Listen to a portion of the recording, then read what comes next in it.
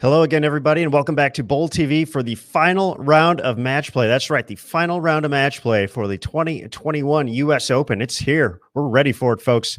My name is Aaron Smith with USBC Communications and Bowl TV, and we will be going to the lanes live at the National Bowling Stadium in Reno, Nevada for the final 8-game block for the top 24 competitors at the 2021 edition of the U.S. Open. Green Jackets coming tomorrow, but first we got to get down to 5.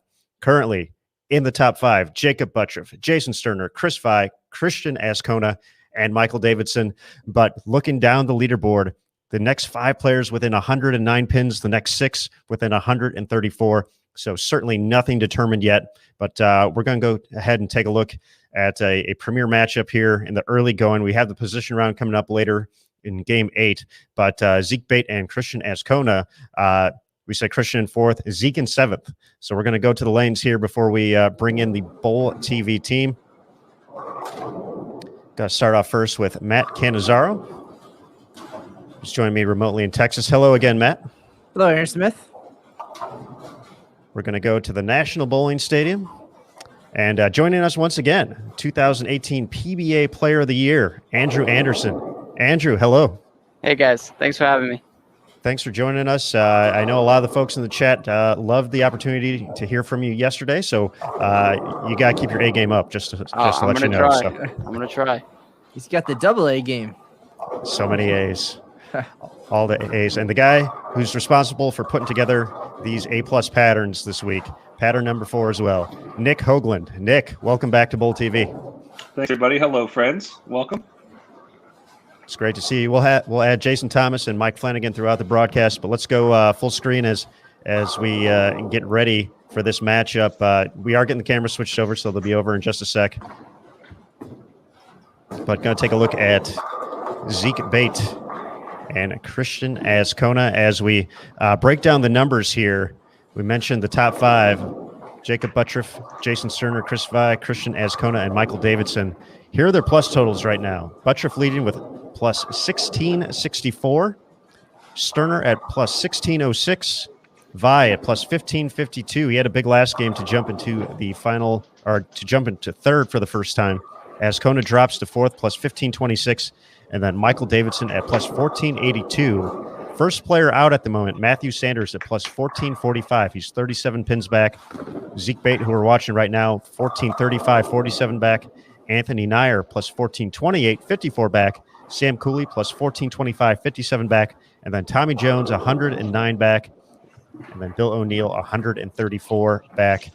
Jones at 1373, O'Neill at 1348. After that, I think everyone else a little bit too far away. Mitch Hoope in 12th, 243 away from the top 5. So he would need a whole bunch of help along the way, along with some massive scores.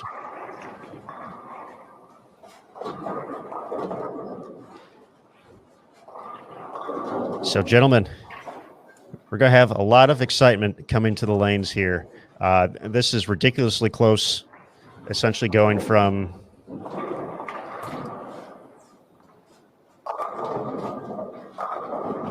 fifth to 10th, as we said, all within about 100 pins of each other. But what are you guys looking forward to in this block?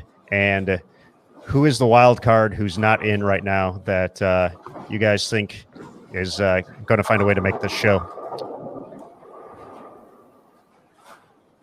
Yeah, I mean, I guess I'll go first. I think the biggest wild card is actually down. I think he's 10th or 11th. I think Bill O'Neill is the wild card. I think he's just saving up all the strikes for a big block tonight. He's been here so many times before. I could say the same about Tommy Jones. I think those guys right around the 4, 5, 6, 7 spot need to watch out, because I think the guys behind him are going to try to chase him down. Yeah, Andrew, I agree. That's the same answer for me. Watching him last night and today, I'm not saying he's disinterested so far, but he just looks like he's just waiting. I mean, he got up into the top 5 last block, and now I know he's down, but I'm interested to see if his demeanor just ramps up for this 8-game sprint, see if he can sneak in 5th or 4th.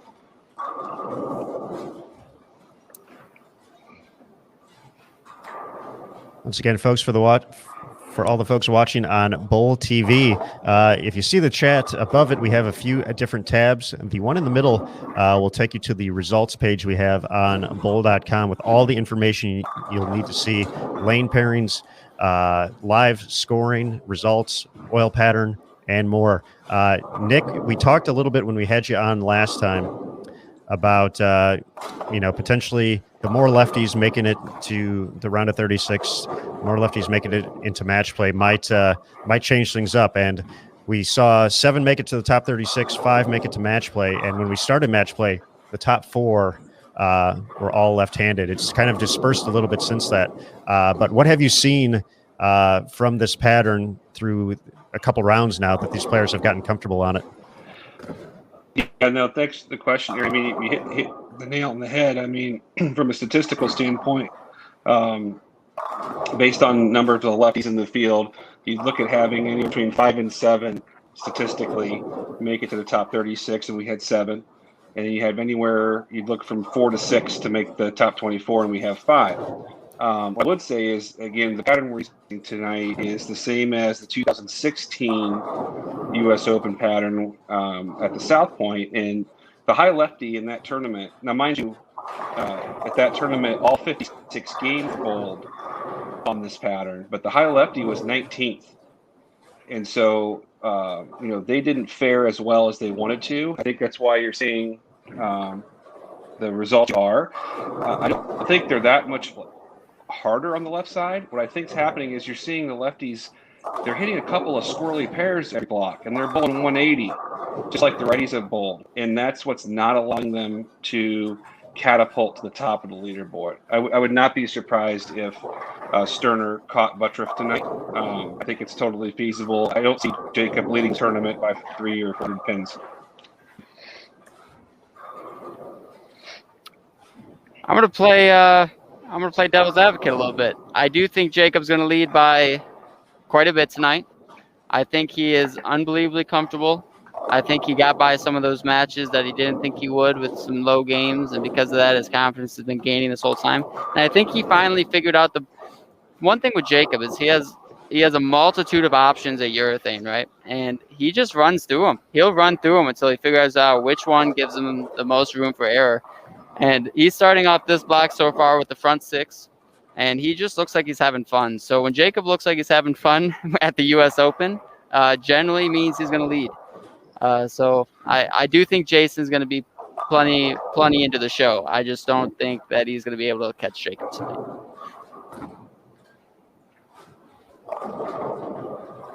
I do understand your reasoning there, though. I do see that happening. Pair to pair.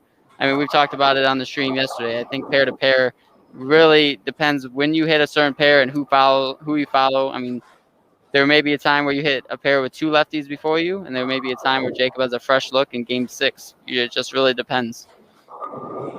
Right.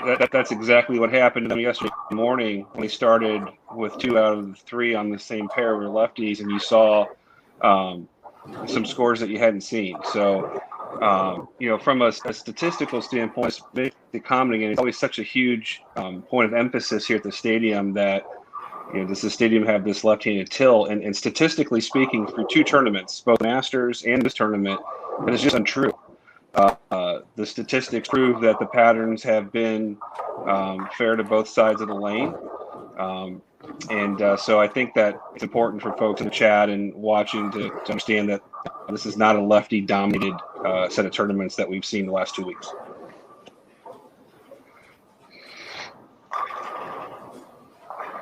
Taking a look across the house on live scoring, mentioned Jacob with the front 6-9 spare in the 7th. He's actually all tied up with Chris Vi over on 69-70. Anthony Nyer started with the front 6 before a 9 spare in the 7th against Matt Sanders. That is also an early key matchup.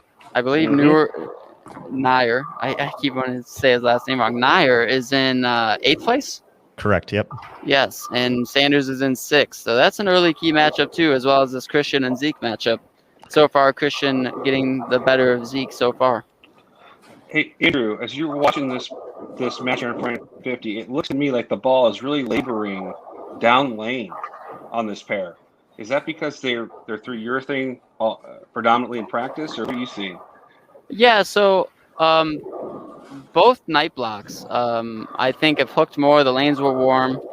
They're going to hook a little earlier, and they're going to get tighter down lane faster. And I think everybody when their balls came out here, there's just so much surface on some of these urethane bowling balls. I'm pretty sure Zeke had to have had like 360 on his. And 360, for those of you in the chat, that when we talk about Avalon pads or surface, 360 is a lot of surface. And then Christian Ascona's purple hammers look like they have 500 minimum. So I think that halfway through this match already, they're probably seeing some transition. And honestly, I think Zeke's starting farther left than he needed to. So he's playing in the flat part of the lane a little earlier than he possibly needed to. But I keep saying stuff like that, and then they're bowling, I'm not. So they see something I don't. But we'll see how it plays out. Well, we have the opportunity. Let's bring Jason Thomas into the live stream as well from the NBS. After Zeke's shot here. That's some trouble. There's JT. Hi, JT. Hello. How are you guys tonight? Hello. Having a blast. Hello. Hello.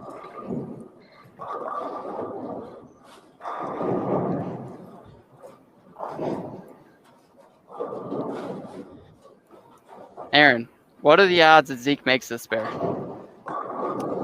Well, knowing you've seen the future, I'm going to say good. You're not supposed to tell people that I've seen the future. Oh! Well, you didn't tell me how cool it would be, so. Zeke was already walking back, had zero thought that was going to make it. You never see that at Brunswick GS machines, and we've seen that 3 or 4 times this week. Julie Martin did it, bounced it out of the back, and you just never see that. It's happened quite a bit. Yeah. But see, I thought you were playing me at first because I saw the direction of it. I'm like, okay, there's no way he's making that. Right. So I felt similar to Zeke there. So I think this is a really big first game for Christian Ascona. He lost his lead. Not only did he lose his lead, he went from first to fourth. And he didn't bowl bad per se earlier, just the other guys around him bowled really well. So getting off to a good start in this night block when you're trying to make a show at a major tournament is really, really important. So far so good for him. 6 really good shots. Has a 3-bagger working in the 7th frame.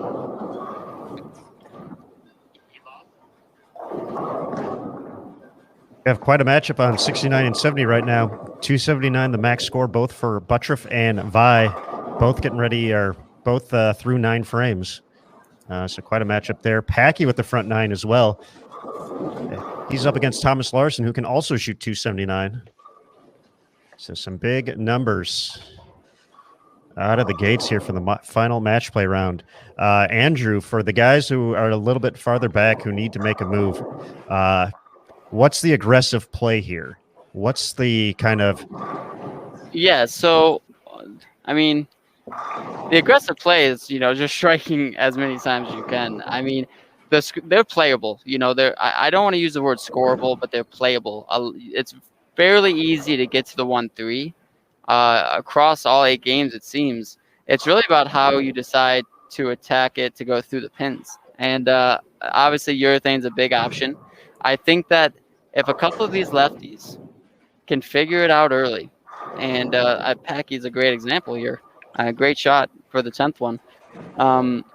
I think they have an even more of an advantage tonight when it comes to going to fresh pairs, because there's actually a little bit more dispersity across the house. Because yesterday when I started commentating, there was a couple lefty-lefty matchups. So going to those pairs for, say, a Jacob or a Packy was actually a little more difficult. Where now, I don't know where they moved to, but the only lefty-lefty matchup is Matthew Sanders and Anthony Nair. And so you're going to hit a lot of fresh pairs. Packy's gaining a lot of confidence here. He's on the front 10, going for the front 11. And confidence is everything, guys. Oh, let's go, Packy. Yeah. Oh, a little dance. That's the Yeah. The corner Brian pin Boss chop. chopper. We Yeah. might want to watch out. There might be a dance battle between Zeke and Packy here soon. I'm all for that energy. All for it. And that the first one locked up the game. As we mentioned, Thomas Larson still shooting our chance at 279. After that, we're going to hop over to 69 and 70. Chris Vi looking to finish off 279. Jacob can match him for a tie. So both of those guys in the top three, not giving up any ground. Aaron, what is the odds that Packy shoots 300 here? Is Mike down there? Mike is on scene. He's on scene. Mike is on scene. I feel it's the final day. Mike's feeling generous. Let's see it, Packy. 3 bills. Let's get it. Oh, there we go. How about And that? he gets it. Hey guys, speak of the devil. There we go. We got good Mike. Yeah, I was able to capture that one. It'll be out on social media here in just a few, but I do want to tell a quick funny story when I walk down there. Thomas Larson looks at me as soon as I get there, walks over to me and whispers, literally whispers in my ear, "The cloud could have got here a little sooner, you know." He's got that master's swag now, so he's ready to do that. Andrew knows all about that. So I'm going to go edit this video, guys.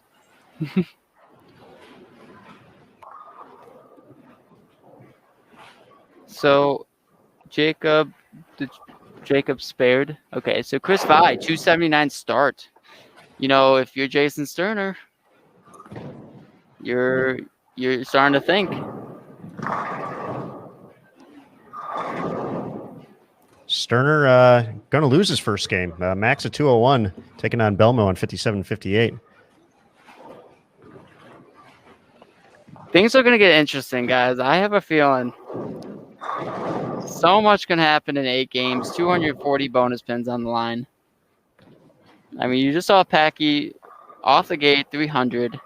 And I think he's 280 off the show, I believe.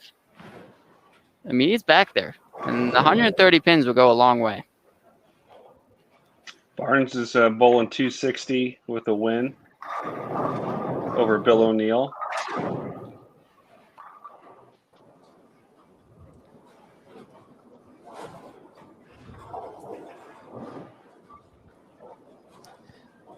Tommy Jones in the 260s. He shot 277 his final game of the last block. So you guys are seeing this, and to your point, Andrew, you know, great scoring on the fresh. Remember, this is the pattern that Francois bowled 300 on TV.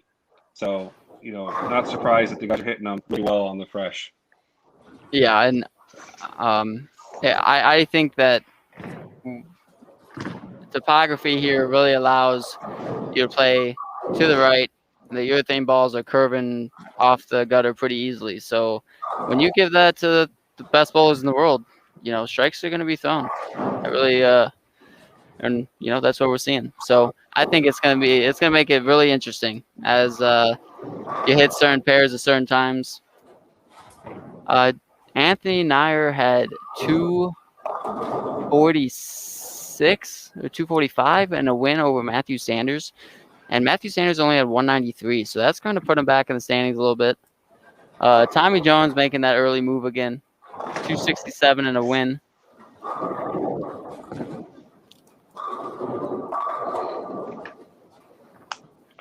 Andrew, is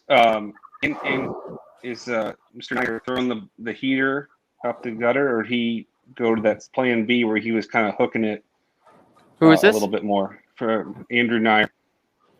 He was a little farther away. The one shot I saw him throw looked like he was trying to be firm and up it, but I didn't have a great look. He is about to be bowling in front of us, so I'll have a much better look this game. I got to assume his bread and butter, and if this is one of his first chances at a major TV show. Just walked behind me. Didn't want to say it too loud. I've got to believe he's nervous, right? And when you're nervous, you always play to your A game, and I really believe his A game is up and at it, get the speed going, throw some pins around, and see what happens.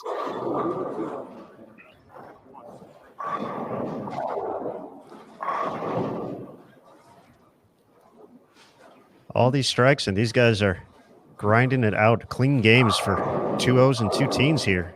Yeah, This is a very nervous game being bowled in front of us here, to me. 100%, 100%. And this is big for Christian. I think with that hit, I think this Christian needs to stay clean in the 10th. And this is a big win for Christian early on in this format. You know, to get those 30 bonus, he's looking around. There's a lot of score. I mean, his score doesn't beat a lot of the people around us. So really eases the mind, loosens the swing up, and I expect to see Christian get a little more aggressive next game. Max for Zeke 203, so Christian will just need a good count on his first shot. And I'm just going to keep an eye on this pair all night. I think the ball's laboring on this pair. I think they start in a little bit further left. To your point, Andrew, where if they needed to, it's a fact that they were further left. And let's see how this pair transitions over the rest of the night, because it doesn't look great right now. Yeah, and again, I don't know if it's because of the pair. I think it's the bowlers and how they attacked them. Mm-hmm. I think you could see. I don't know the next match on that pair. It's going to be next game. I would, if a guy goes to that pair throwing urethane and plays to the right of them, I think that they created some hold for them, and I think that could be a very good pair if you're playing them correctly. On 49 and 50? On 49 and 50. Well, but our next matchup is on 47 and 8. On the other pairs. Correct. And in front of us, we have Bill O'Neill and Anthony Nyer for the next matchup. But in game 3, a pair of lefties are actually heading to this pair. So righties won't be on 49 and 50 again until game 5, which will be Thomas Larson and Chris Vi. Well, and that's gonna be important for Chris Vi to know. Ball reps are gonna have to get him some information on how they play the lanes, because I know for a fact Chris Vi is playing right of these two. Yeah, it's a good point. And you're going to have Nyer and Buttriff on this pair in game 3, and in game 7 you're going to have Matt Sanders, the lefty. So you're going to have what we talked about already. You're going to have some lefty traffic on this pair that Sanders in the game before position rounds have to hit. So yeah, and that could be a big game for Sanders. Yep. He had a rough start there, so Sanders needs to get it going here. Scores are getting up there fairly early.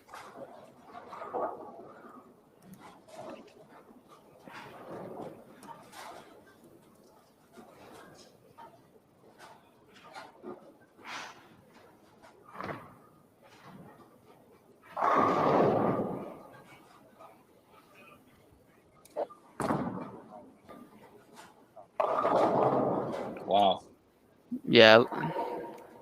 That's just, he looks like he's throwing a little slower tonight so far.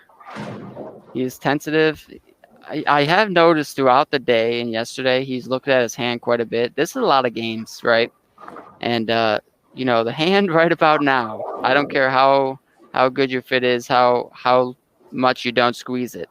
Your hand right now is feeling pretty rough. And that does play a factor, especially when the nerves get going.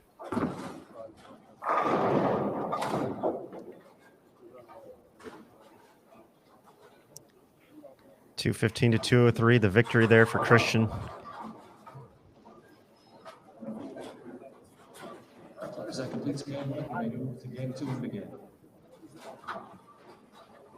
Great point, Andrew. Game 49 here of competition, not including any of the practice that these guys have had. Which is a lot of practice. I mean, we're talking 30 minutes, about 25 minutes before each round. That majority of people use the whole time. You're one shot before each game, or before your starting game. The games are adding up. Who do you guys feel like seeing next year on Bowl TV for game 2? I like the Bill O'Neill, Anthony Nyer matchup in front of us, because Bill really has to get it going here early. Now he's pretty far back. A couple guys around him had big games. And Anthony Nyer, pretty big start there. 240 with a win. Another matchup that we can keep track of just in case is we have Jacob Buttriff and Michael Davidson. Michael Davidson had 240 with a win in game 1, and Jacob lost to Chris Vi with 258. So a couple high-scoring games going into that matchup, and I know Michael is trying to stay in the stepladder. So big matchup. Now, Andrew, I know you and Mike are pretty close. Have you had a chance to kind of talk to him prior to this round? Kind of how's he just feeling about this moment coming up here at the U.S. Open with 8 games left, 100% in the mix to make this stepladder final tomorrow? Yeah, so we went and had lunch together. And honestly, I try to get his mind off bowling a little bit. When you're in this, everybody handles it differently, right? Michael is more than prepared for this moment. He has practiced plenty. He's been in the gym plenty. This is going to be a mental battle tonight for him because I think his ball reaction is fine. I don't think he's going to get in much trouble. Going to be a mental battle, and I think he's prepared. It's just going to be how does he handle some of the pressure come the end of some of these matches, because we know how important bonus spins is.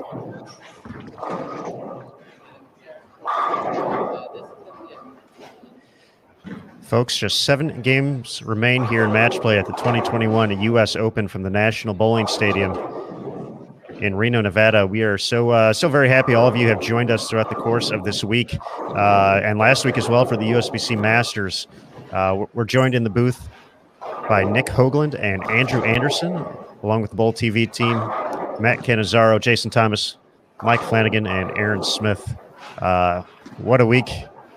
7 games left to go to determine the top 5 for tomorrow's FS1 broadcast at 2 p.m. Eastern. We're handing out green jackets tomorrow. Jackets? You have multiple? Well, multiple sizes, technically, yes. Okay. Depending on the size of the person. But so, you got to get the right fit. Then they'll get tailored afterward. Okay. But, for the pictures, you got to have something. And you can't, if you got a tall guy, he can't be in a coat for a shorter guy. So right. Multiple. Hopefully one of these years, Hoagland's nice enough to me to let me wear a green jacket. Now, Andrew, here's a question for you. I just want to know, because I feel that this should be required, but if you earn one, you should be required to wear it to every other event that you go to the rest of your career. Same as the Queens. I'm disappointed when Tennille does not wear her tiara to work every day. How do you feel about that? If you want it, would you wear it? I would wear it. I would wear it to at least one event per year, probably the U.S. Open. Just, a reminder. Yeah, I don't know. If we're being completely honest, having a green jacket's got to be one of the coolest things ever. Now, some people don't look that good in green. I don't wear green very often, so you wouldn't see me wear it. Where I could see Aaron Smith rocking it every time he commentates. I could probably make that happen as long as the person who wins isn't my size. Those are going to come back here. I could make this happen. I wouldn't have earned it, but I could wear it. Now, Aaron, I feel that you'd be more of a plaid kind of guy. Would you maybe agree with that? Like Brockmeyer style? A more classic style, yes. I was actually going to go the Brockmeyer route there, which for the small segment of population that knows Brockmeyer, you're enjoying it right now. But yes, I would go that route. To be honest, I look good in everything, so yeah, we know. I can't help that part, but I like having a variety. That's what it's all about. It's like having multiple bowling jerseys, different styles, just the same way. I am one of the most superstitious people there are. I got to be honest. I threw away a pair of pants that I wore this week because of how bad I bowled in them. So I would be so scared to wear the green jacket to a tournament and then bowl bad that day, because then I'd never want to wear it again. So I'm just going to not put myself in that situation. Big start here for Anthony Nair. Front 4. Making his way up the leaderboard. And I'm going to call this the moving block. The moving part of the block is early on, because the scores will temper down a little bit depending on pairs you hit later on. But right now is when you get the score. They're fresh. They're fresh. You got to take advantage of it. And right now, Anthony Nair is doing a really good job of it.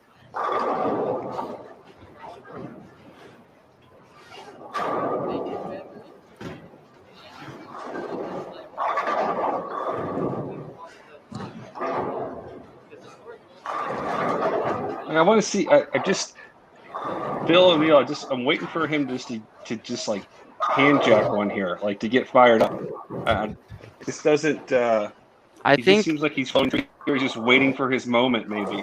I agree, but you know what it seems like to me now that he's right in front of us. I'm watching the body language. Bill's been his patience has been being tested, you know, for a couple rounds now. Like he's bowled well. He hasn't scored that great. He's gotten some losses that he might have thought he should win. And I mean, right there, like you can see it. You know, he's just thinking like when is the slowing down gonna stop? Because he needs to get going. He needs those hits right now. And you know, he's battling it. He's battling it. A lot of games left though.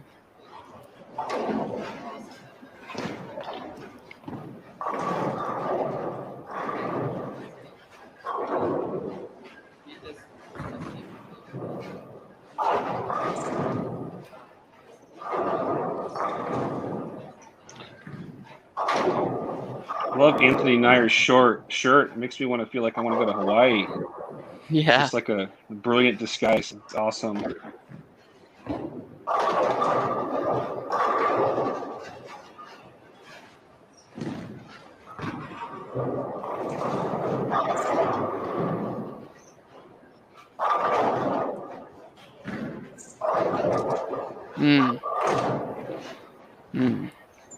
Good shot. Rough break.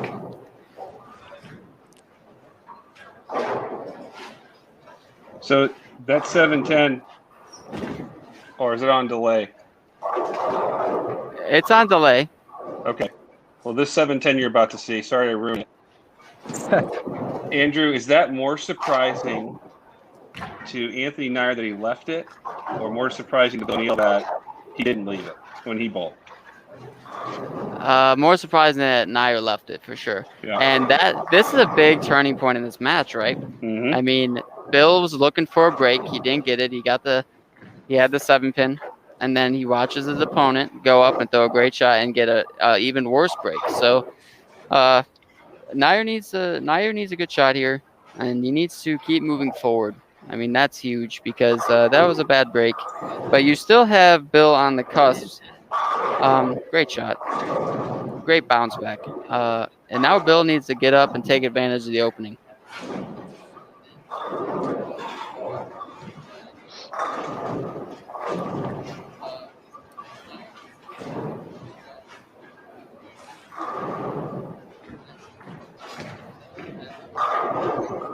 Do we have a score update yet? It's got to be close. Not quite yet, but Okay. soon.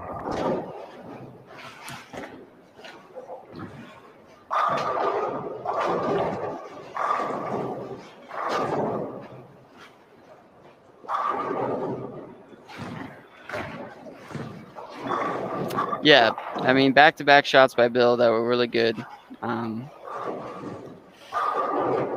Yeah, he's not super thrilled there. He had a chance to take the lead in the match. Another bad break. But Bill just looks like he just doesn't quite have the way he wants to throw it down yet. Because he's gone through a couple ways of hand positions. I mean, his ball speed, I think he's matched up good. I think he's trying to figure out which hand position is going to get it to go through the pins the most consistent.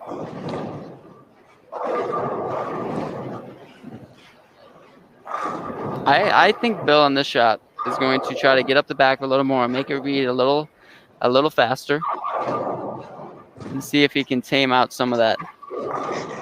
Because I really think his ball is getting behind it. I mean, I don't know what you guys are seeing. I think his ball is just getting a little behind it. That's the only way you leave that type of 7 and a ring 10.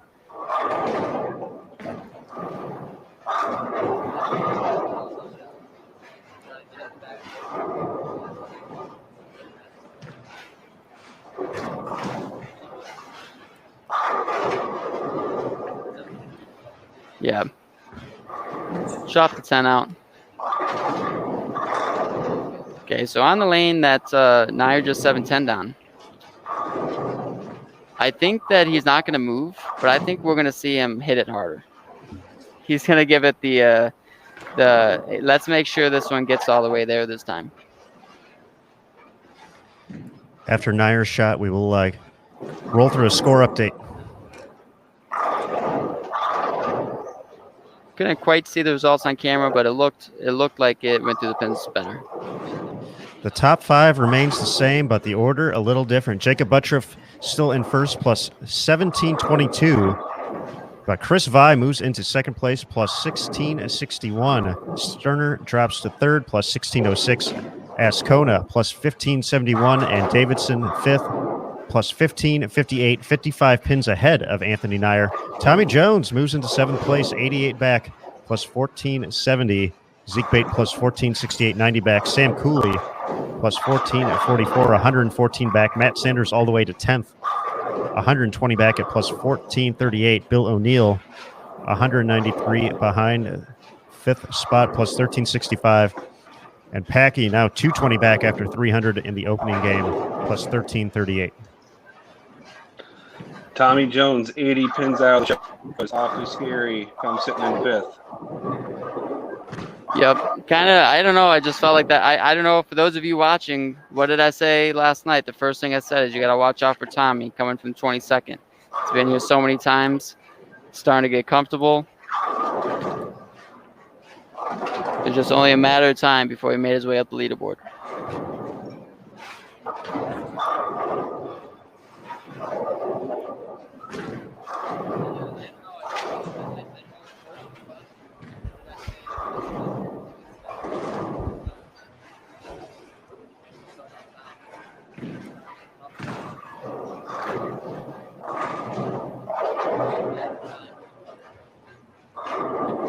Couple interesting thing going on here. Nick Pate is bowling Tommy this game. Tommy has strike, spare, spare, double, spare. Nick had the front 3 spare strike and then actually missed a 3-6 to give Tommy another look in this match. Tie game through 6.5 frames.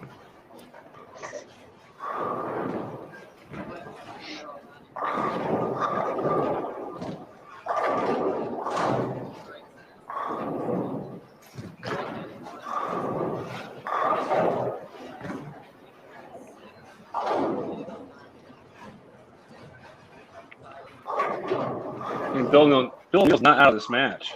As frustrating as it was, this match is not over. No, but he does need some help from Nair here. And that's with Bill throwing the rest of them. I thought Bill liked the one on the right lane, just didn't do what he thought it would do. But he definitely needs some help now. I think Mark, if Nair stays clean, he beats him.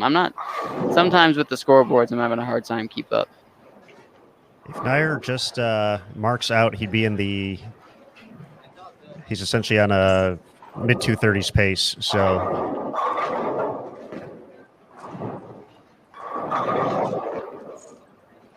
So we need a double now to shut out. Bill can still get to 238.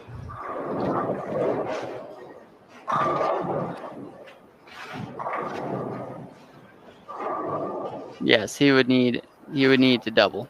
Okay.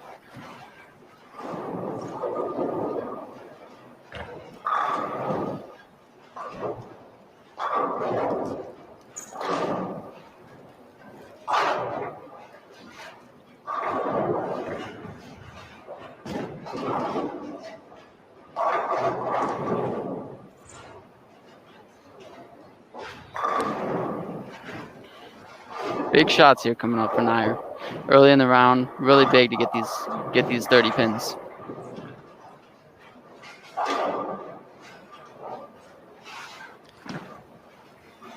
Buttriff currently in position to take the win against Davidson on 55 and 56.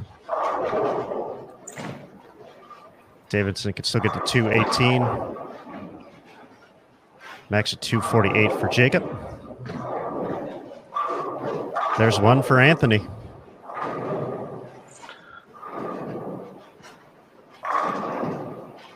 Does he need the second hit here to shut him out? He does need the second one, yep. Yeah. This is the lane I don't know. The ball just seems to labor a little bit more here, but I think you said it earlier, He- Andrew. Maybe he you had- should give he the has- back a little bit. Yeah, he has struck every shot on this lane. I would expect him to throw another good one. It's the right lane that was giving him a little trouble with the flat sevens. That looks good. A little up the lane. That was in. Yeah. Oh, wow. Yeah, little up the lane there. Got away with it. That was huge. So just got to keep it on the lane, and he is a winner. If you're Bill here, man, it's just tough. Just tough spot to be. You're bowling good games. You're not catching many wins, and you really need the wins to make up ground.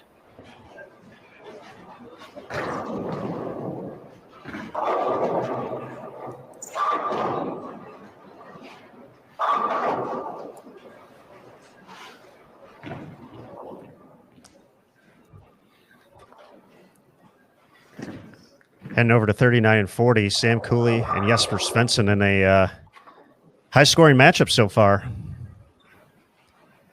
Cooley with that spare in the ninth can shoot 257. Jesper still has 278 out there.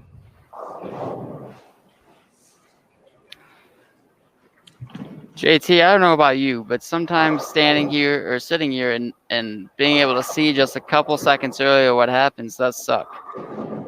It's with great power comes great responsibility, Andrew. Yes.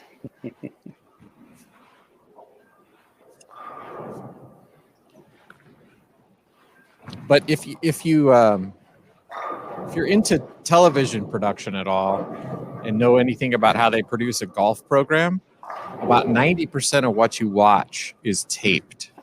So Yeah. the announcers, it's cheating. Like if you're a good announcer, you already know You can what handle that happens. You can situation. think Yeah, about what yeah. you want to say. Yeah. I do always find it funny that they always seem to make the putt they show. They have like this 100-footer, and they're like, "Yeah, let's go over to hole 12 for the first time Yeah. today and see Gee, I wonder what's how gonna this happen looks." here. Yeah. Oh, he drains the 100-footer putt. Sweet. Better than most. Better than most. And at the Masters, it's even worse because you can hear the roar from the other shot, and then they cut away to this. And let's look at what happened on 16. And you go, well, he just hit a hole in one because that's a hole in one roar that I just heard 20 seconds ago. Right. Yeah, the other So thing. Chris Jason- Vi is just on a tear. Chris Vi can make a Yes. spare here for 257, and a win. So if you're Jacob, I mean, you got a 100-pin lead on Chris right now, but Jacob's got to keep striking. I don't think Chris is going to slow down. He's trying to not only make this show, he's trying to run up the ladder really quick. Jacob with 248 that game in a victory, so minimal gaining there by Vi in game 2. But agreed.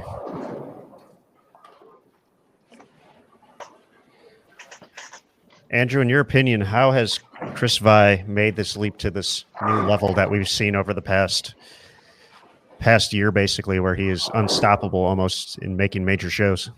Yeah, I mean, we all know how good he throws it. He's done it good for years. I think just slowly he's gained confidence.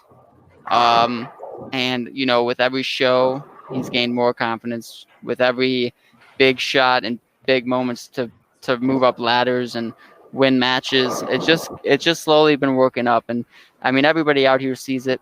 Chris Vi has been putting a lot of work in. He's throwing it incredible. And, again, just there's a number of guys out here. You know, I'm going to throw A.J. Johnson in that mix, too. It's just a matter of time before they start winning a lot. And it's really more on, I believe, the mental side than physical side, because they have so much talent. And Chris Vi is showing us that what his talent can do. And it's not going to be long before he's in the winner's circle a multitude of times. 244 for Jesper.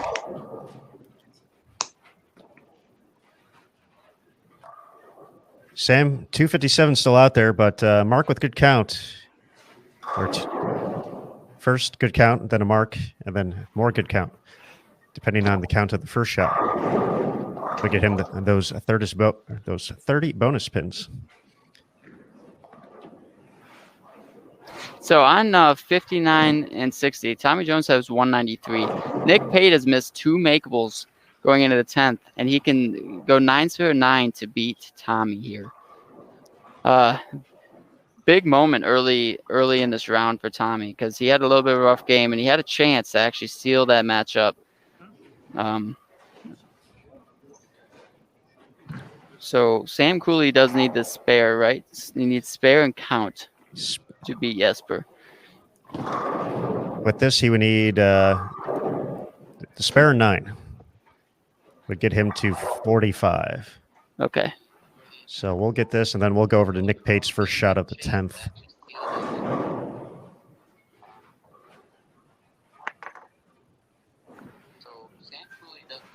That's good. So this is Pate's first shot of the 10th, and yep. So he needs 9 and 2 balls. I haven't seen it yet, guys. I haven't, but I do foresee it happening. The only thing that could stop him here is like a big 4 through the middle. But throwing urethane.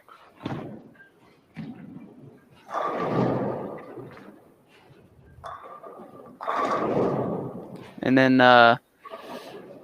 Sam Cooley needs 9, right? Yeah. 9, yep. Let's go to Cooley first since Nick has 2 shots. So needs 9 here. He's in a big spot. I think he's in 6th, right? 7th? Yeah, great shot. He was in 9th after game 1. Okay. 114 back at the show. So that'll move him up big there. score, big win. Yep. Yep. Much then needed. Nick Pate did get the second strike, so he does defeat Tommy.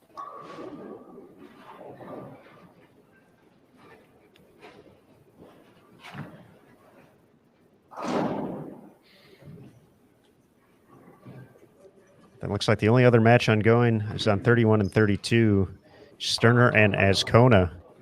And both of those guys out of the gates pretty slow so far. Sterner, yep.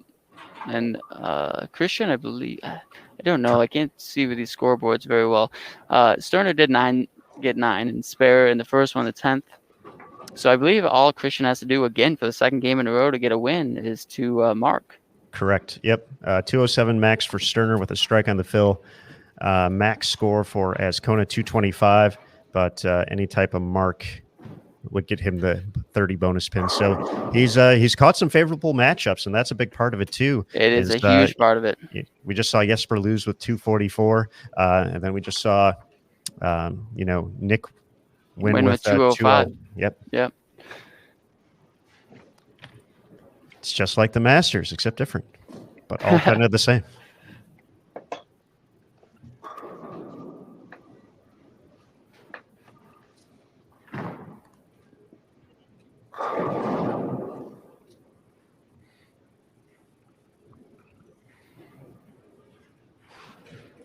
And this is going to flip-flop the standings here because that'll put Jason, or that'll put Christian, if he marks or fills the 10th frame, ahead of Jason in the standings. Because Chris Vi is now solo second, and third. Yeah, he's created some distance. Him and Jacob are creating some distance, creating some room here. Who is in third now?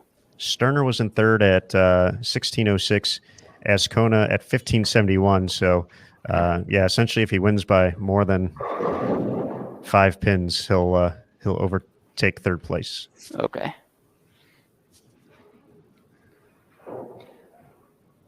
But not too far back now. Anthony, a matchup on 49.50 that we talked about in that first game. Anthony, Nair, and Jacob going to a pair with no lefties on it. Ooh. It's going to be fresh. Ooh. You said 49.50? Yes. Okay. Let's do that. That sounds fun.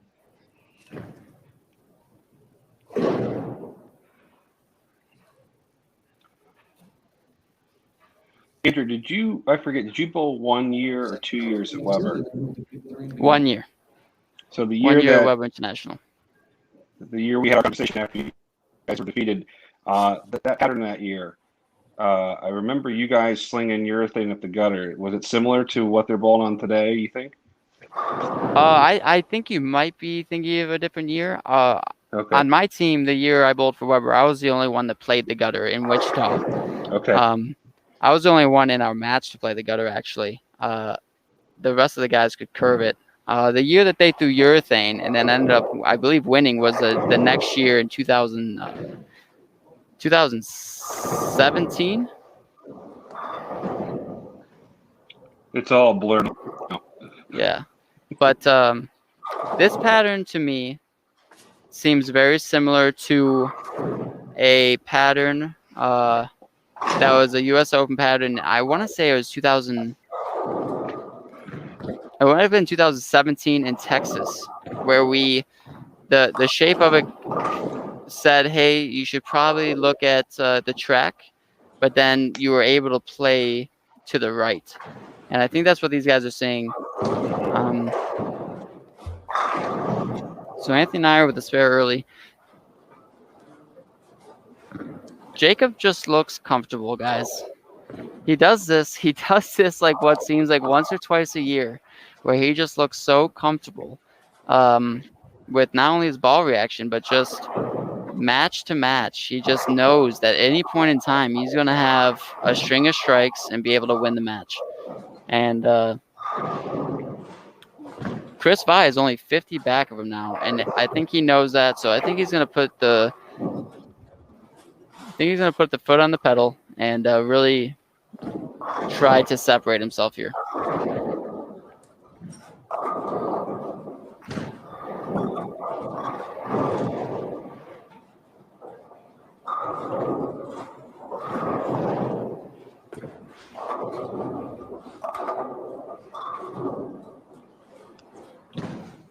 I guess I'll throw it to everybody here. That means you too, Matt Cannizzaro. Can anyone else think of a run? You know, think of Husted winning back-to-back years. Obviously Jacob led the U.S. Open back-to-back years, runner-up both times. If he were able to do this a third time in 5 years, is there another run at the U.S. Open that you guys can recall where someone was just so incredibly dominant at this event? Obviously, 2019, 2020, but still to think that potentially after 56 games, the same name up at the top of the leaderboard 3 times in a 5-year stretch is pretty incredible. Is there any other recent runs you guys can think of that are similar to what Jacob has done over the course of these past few U.S. Opens? There's some guy, I think his name is Jason Belmonte, who has won every major for what seems like 6 years. I know it's not just the U.S. Open. I can't think of anything just U.S. Open related, but every time that majors are brought up, I just think of Jason and what the last 6 or 7 years have looked like for him, or even past that. It's truly, truly incredible. And Jacob is making his own little story here at the U.S. Open, and one of these years he is going to not only lead but win, and this could be it. I think I don't think anyone's been as. It's a great question about comparing it to Houston. I mean, Weber went on a run in the late '80s. He won the '88 U.S. Open at the Showboat, Atlantic City Showboat, and then he won it again in 1991 or 90. I can't mix it up. I think it's 90 or 91 Woodland Bowl when he took a trophy off the top. So, he had a couple of good runs. I recall Barnes and Tommy Jones had some good runs in the early 2000s on the flat pattern, but winning 3 clearly was fantastic. Yeah, Pete had a second in '87 to Del Ballard, then won in '88. There you go, Jay. And then came back and won in '91. So that was a pretty nice stretch. Hey guys, I'm back for just a moment. Want to just drop in. I got some breaking news for you. And if any of you that are watching Bowl TV this evening are recording the NCAA Women's Bowling Championships and do not want to know who won, I would advise you to turn down your speakers for about 10 seconds because I'm about to announce the 2021 NCAA Women's Collegiate Bowling Champions. Congratulations to the University of Nebraska Cornhuskers, Coach Paul Klempa and assistant coach Shannon Pulowski on another national championship over Arkansas State Red Wolves. Just took place. One of those programs, man. Talk about some great programs in McKendree, Vanderbilt, and Nebraska has just been dominant. It feels like, over such a long period of time. Yeah, and if you guys want to go back to that other topic about U.S. Open champions, Dick Weber won 4 out of 5 years from 1962 to 1966. So that was a fairly impressive run. Hey, Is that I'm all? ready. I'm ready to take that one back a couple more years, even guys. Looking at the gentleman we mentioned the other day, the oldest champion at the event, back before the name change, Andy Varapapa in his 50s in a 100-game format. Ended up in third place in 1945, winning it in 46 and 47, and finishing second in 1948. Again, in his 50s, bowling 100 games at the All-Star. That is some insanity right there. And Jacob, only in his 20s, plenty of time to still make a run like that and more. Yeah, these guys are sissies. They're only bowling 56. That's why we put the two majors back to back. I think if Sterner can make it all the way, he's going to be close to 100 games by the time he's done in Reno. I think he was already at 83 coming into today. Yeah, and that's what his hand looked like coming into this event. That was 42 games or 43 games if you count the final. They're the step ladder. So add on another 56 plus this step ladder should he make it. Yeah, this is what his hand looked like 53 games ago. Looks like you need a little TLC from an IPSIA certified ball driller.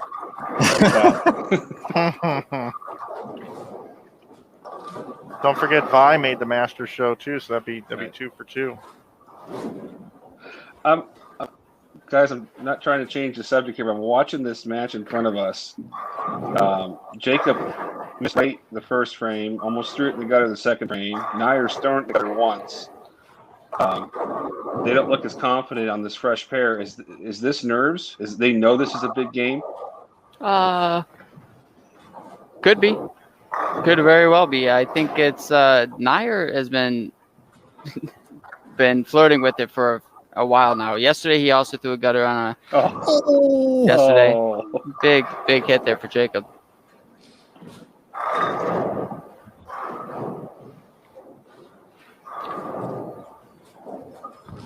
Guys, we do have a score update as well after game number 2.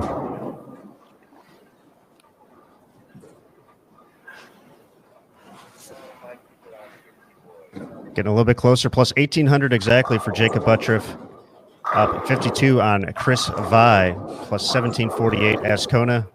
3 pins ahead of Sterner for third place, plus 1616 to plus 1613. Anthony Neyer moves into the 5th spot, plus 1578, 6 pins ahead of Michael Davidson, plus 1572.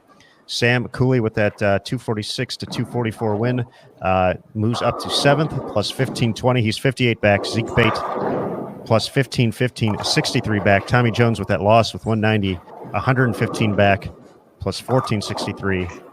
Matt Sanders, 10th place, 138 back at plus 1440. And then Bill O'Neill, 195 back, plus 1383. So now we have 2 tournaments in the tournament. You got Buttriff and Vi 50 minutes apart bowling for the lead, and they're 140 clear right now, third. It's really tight then from third, all the way down to 7th or 8th.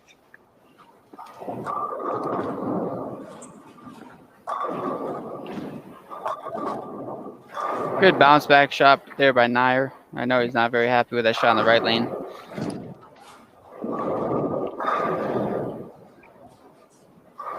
I just want to be bowling against Jacob right now in this part of the tournament,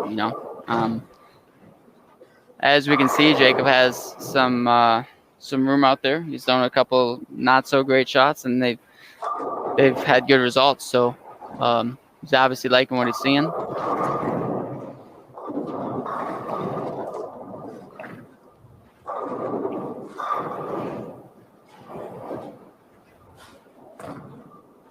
Talked about Ascona sneaking by with a couple 2-teens for victories to start. He's got the front six this game, however, on 41 and 42 against Jesper Svensson.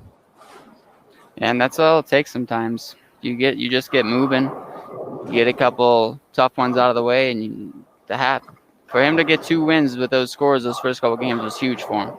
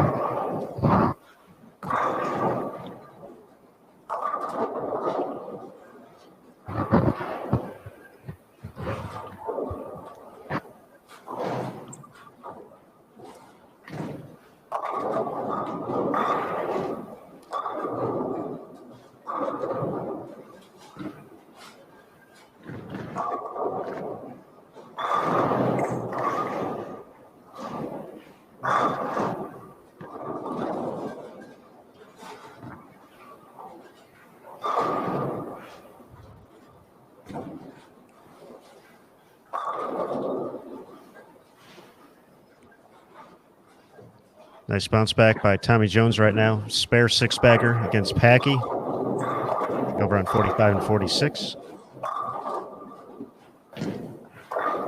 That's the best shot there through all match. That was pure.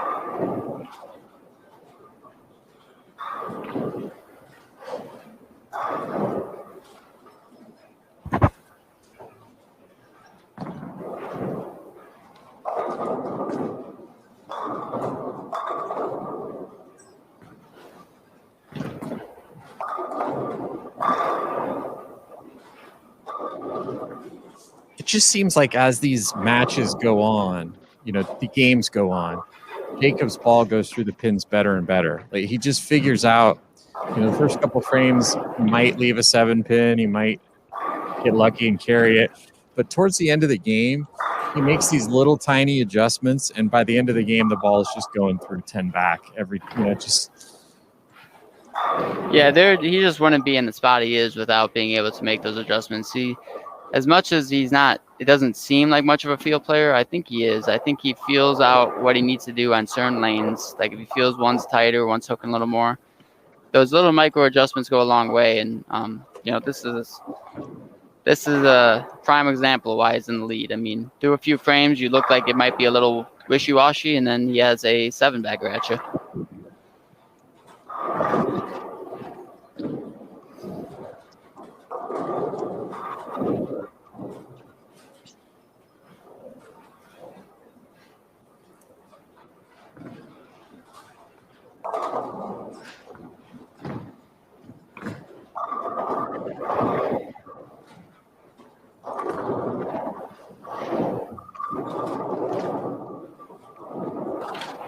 There's still 5.5 games to go. I think anybody within 200 here is still alive, truthfully. I think 200 is the number now.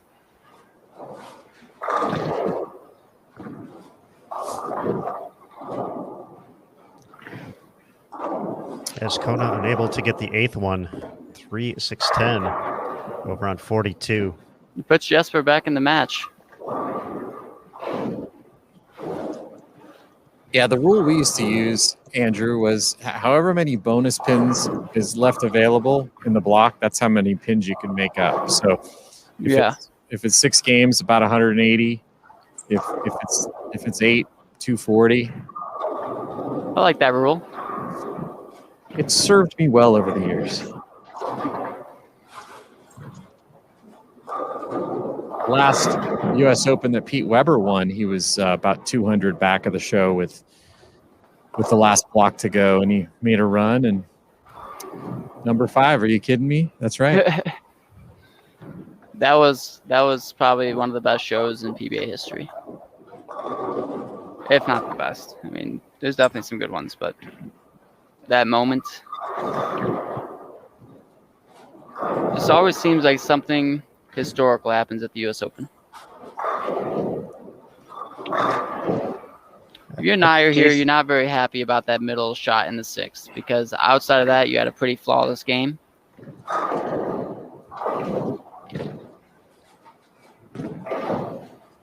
But nonetheless, a good game. Keeps you up there.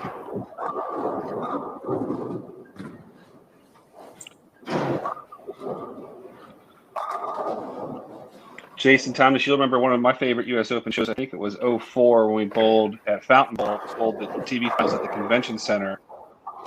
And that show was Weber, Walter Ray, Voss, Barnes, and some guy named Oscar Palermo, who not many people knew, who was 5th, and who beat Norm Duke out by 6 pins to make the show that year.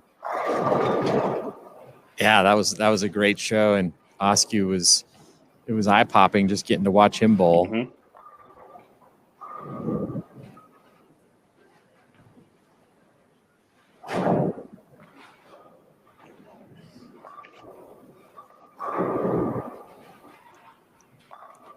Chris Fye slowing down this game, max of 209 with the 9th and 10th left to go. Jacob with a win, 256 and a win. So minimum 50 pins he's gaining, depending on how the match folds out, if Chris wins it or not. Jason Stern is having another rough game so far. Double 9 spare strike, 9 spare, 8-1 strike. And Sam Cooley has double spare 3-bagger, 4-bagger, 3-bagger. So some time left in the game, but it looks like Sam Cooley has a clear advantage. So Jason Sterner needs to really get it together, get going, because he's falling down quickly.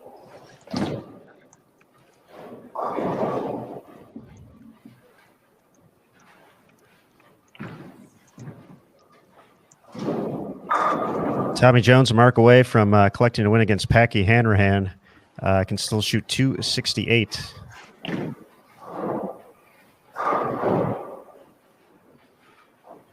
Jesper putting plenty of pressure on Christian here. Didn't like that one, however. Yeah, now Christian just needs a mark.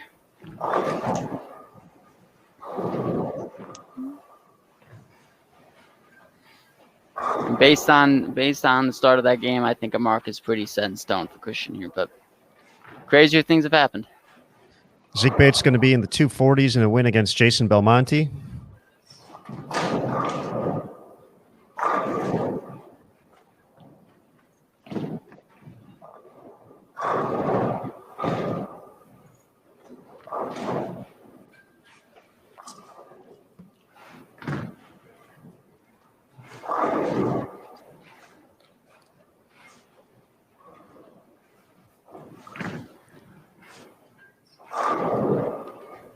.251, the final tally here. So as Andrew said, Mark wraps this up.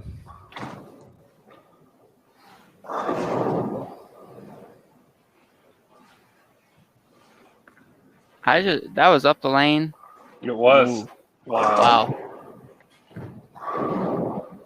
That when it's your day, it's your day sometimes, guys. And so far, it's been Christian's night. That is a 4-0 start, right? 3-0 start. 3-0, yep. 3-0 start, Yeah. and Here's Tommy Jones still with 268 left. also up the lane. Oh, my. Got away with it as well. Well, if there's one thing I know, after that kind of break, Tommy's definitely going to put this one in the 1-3 and capitalize on it. Okay. Cooley still striking 7 out of 8 against Sterner on 33 and 34.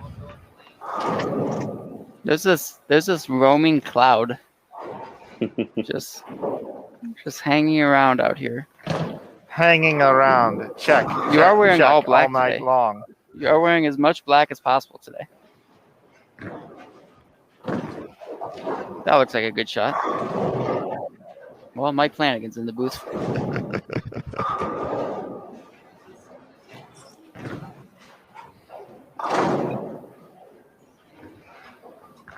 Nice Yep. bounce back for Tommy Jones. Big bounce back.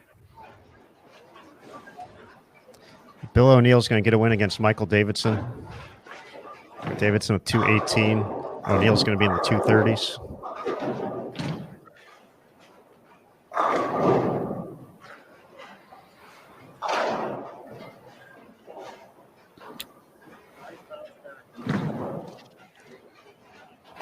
Nice 258, 226 win. TJ over Packy. The one thing you know about Tommy Jones too is he's not going to be making any ball changes. It wouldn't surprise me if some of his bowling balls have collected dust up here on his 4x4 square. It is a purple hammer, and has been a purple hammer for just about every game here. I'm pretty sure, and I don't know this for a fact, but I'm pretty sure Christian is gonna. We're now 49 games, 50 games into the tournament. I believe he has thrown the same purple, if not one of his 2 purple hammers, for 49 of the games.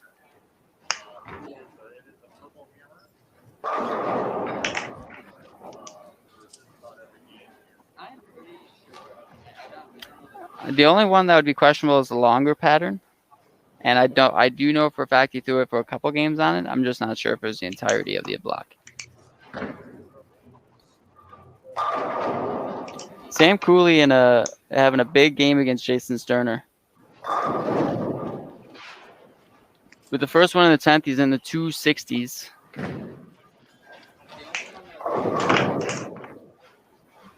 Sam was 28 back of the show to start this game at plus 1550. Well, not anymore. Yeah. I mean, he was only 66 behind Ascona in third. Obviously, Christian shot a big game there, but Nair 235 with a loss, so he's going to pass him. He's going to pass Davidson. He was 63 behind Sterner. You know, Aaron Smith, we were talking about a VIP all tournament team for two events here in Reno, and we kind of put Chris Vi and Jason Sterner on there. Well, remember Sam Cooley just missed. He in that 3 for 4 match, he was the odd man out. He just missed the show, and with the scoring that he put up the other day, and how well he's bowling down the stretch, consistent, I'm gonna go ahead and add him into that all tournament team right now. I would agree. Do we have 63 and 4 cameras? We do. Jacob Butcher of Christian is going to this game. Yeah, it's actually, I just handed you a schedule here, Andrew, and I actually texted Aaron Smith halfway through the game. We got a lot of key matchups going on the high end over the next few games. I got them circled here. So, based on what you've seen, Mike, or anybody can answer this, is the scoring pace higher on the high end or the low end? The only thing I can say is I have been told by the reps, and I haven't done a statistical analysis, that lanes 39 through 44-ish area were a little bit tougher to carry. Okay. Other than that, I really don't have much information outside of that one. Okay. But Packy just bowled 300 over there, so that kind of goes out the window, a little bit. We're catching the end of the Vi Sanders match. Matthew Sanders has won with 213. That was the second shot of the 10th for Vi. So he, with the spare, he's going to be 188. So a bit of a slowdown after a couple big games. But 266 for Sam Cooley. So he's going to skyrocket into third place here. Sterner's max is 201. So 95 pins gained on him right there. We'll put Sam back into the show and into the top 3. Jason Sterner can strike on the fill for 201. I believe with that win, Sam Cooley will also pass Jason Sterner now.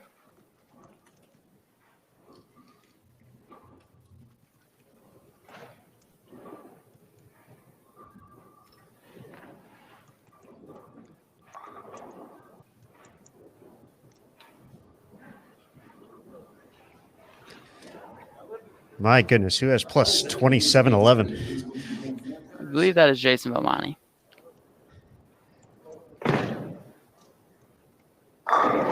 No, that is Christian Escona. That is plus 2711. I would like to believe that that is not correct. That's a big, big number. As Kona just coming off a 1,032 game.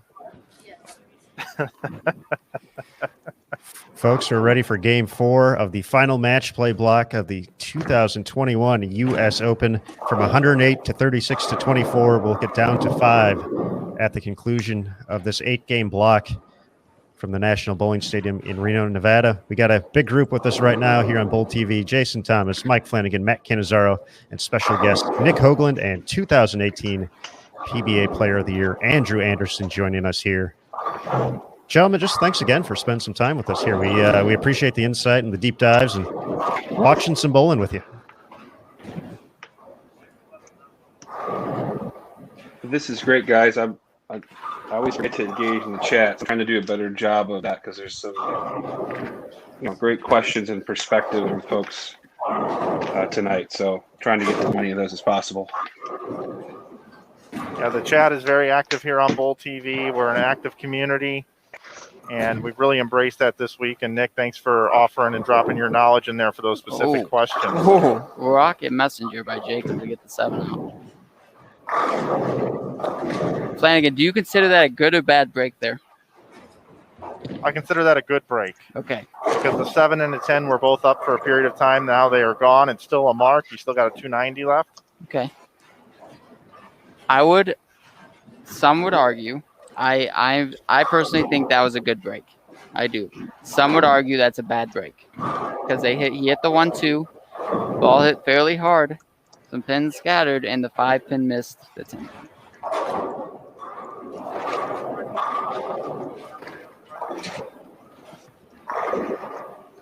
I think there's an expectation, Andrew, and you can speak to this more than I can, but when you use a urethane ball, don't you expect not to carry about 3 shots a game? It really just depends on the angle that you have to play. For somebody like Christian, right? If I had to play him, and I have in tournaments to play them how Christian is playing them, hooking them a little more, I would actually expect to have a few flat 10s, maybe a swisher 7, or even a swisher 5 at times. Where, Christian actually expects to strike more playing this zone than when he plays straight, I think, because of the hand motion he gets to use. So it really depends on the angle that you're playing and how confident you are in repeating that motion. For me, if I'm playing hard and straight with urethane, I expect a lot of the ones that hit the 1-3 to strike because you're trying to scatter the pins around if you don't go directly through the 1-3. Well, I believe both of these guys throw in urethane. Let's count the pocket hits. And I'm going to say 70% strikes, 30% single pin leaves on pocket hits. Okay.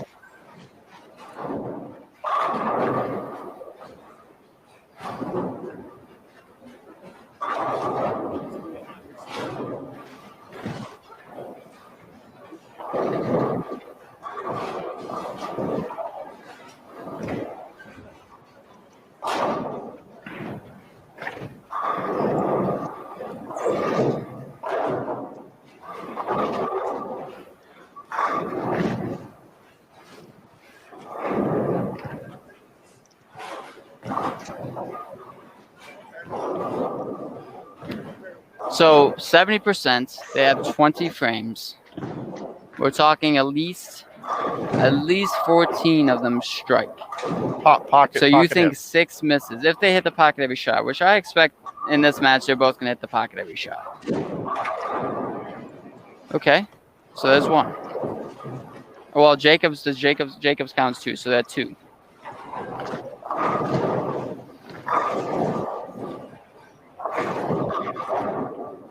I talk about the Swisher 5, and Chris Barnes, unfortunately, was just the victim of one of those.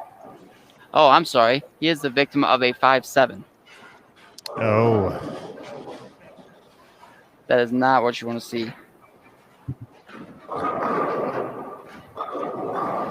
Hey, Aaron Smith, what time is it right now? Could you tell me what time it is? Where at? How about where you're at? It's 8:17 p.m. Wow. So that means I got just a little over 3.5 hours to go and move over from my monthly subscription or my my event pass to the $49.95 special that we're running right now on Bull TV that ends at the end of the day? That's correct, Mike. It is ending. The week-long promo. We've been talking about it quite a bit here on Bull TV, on social media. $49.95. Pick up a year of Bull TV. This is a limited time offer, folks. So once we finish up here, if you haven't made the switch yet, it's going to go up to $79.95 if you want to, pick up a year and watch the PWBA Tour kick off again, the Junior Gold Championships, the ITC and the ISC, Senior Masters and Super Senior Classic Junior Gold Championships, the brand new Bowlers Journal Team Championship Series, and you know what? We'll get into 2022. We'll have team trials to kick off that year. Maybe the Masters again. Maybe the U.S. Open. Who knows? I really don't know. I sure hope so. But I sure hope so. You are a black cloud if I've ever seen one. I don't think Jacobs left 2 7-pins like that, or a 7-pin and a 10-pin in the same game in about 22 games, so you got to say something about the strike percentage. So they've hit the pocket every time so far, right? So far, every time. So what are we batting here? They are 4 of 7. So 60. Oh, what is this? Medusa Mike. Oh my! Has that been being played, or is that the first time? That's the first time I've seen it. Okay. I didn't know Jason Thomas had that kind of Photoshop skills. Those long lunch breaks, you can do a lot with your time. But I had lunch with Mike. So I must have done it at a different time. So, at what point, Nick, this question's for you. I don't know if he's here. Yeah, I'm here. So I'm typing away. Nick, how long into this match play format do you expect the most transition to happen? You are the creator of the patterns. You obviously had a goal in mind. Knowing that we're going to bowl on the fresh a lot, what did you expect here? Whether it's from the scoring pace or from just a transition in general? There wasn't going to be much transition, right? Because we're bowling half the amount of games on pairs. So, I'm not as concerned about the scoring pace being high as I'm concerned of being equitable. And that is not just lefty righty, but hook versus straight. That's the most important thing when we're designing patterns. What I'd say is that I made this comment in the Master Show. There's been a lot of comments about why is there so much volume, right? It's my theory that if we use less volume, Andrew, and we're playing on the right side, and you're bowling with three righties on your pair, and the pattern's 24 mils, that in that 8-game block, with half the games, you're going to move more on the lane than the left-handers will. And so the less amount of oil in the lane, the more moves the right-handers have to make, which makes the left side stay more consistent in comparison. And so the higher volumes have been used to balance the equity on both sides of the lane. And we're not done yet, but it's worked out pretty well for 2 weeks. Yeah, and I don't disagree. The one thing I'll say about the higher volume for those watching, that you'll see for both righty and lefty, the biggest change that we do, we don't really play the lanes much different when the volumes change. We use different types of bowling balls and different types of surface. That's why you see a lot more surface being used on the urethanes this week than last week. At the Masters, you could use some oil shine urethanes. This week, it seems like every urethane that comes off the practice lanes is at 500 or more. And that's so that those first couple games, the ball will slow down. Yeah, it's a good comment, Andrew. I'm also very transparent about this. I think we had a great week last week. The pattern, I think I could have done a better job on the number 3 pattern. It would be better to have both lefties and righties have a look inside more on that pattern than was there. And that's the one I would probably have modified if I had to do it over again. Yeah, the one I bowled good on. You want to modify to make it harder, right? I just think, appreciate that. Chad's his mantra to me always is, the U.S. Open has always been 3 angles to win. That's whether or not we oil every squad or not. So it's out, it's track, and it's in. And the in really just didn't have a large number of games where guys are playing in. Part of that's because of the volume, and part it's because we just didn't bowl as many games. So I think this is a unique year.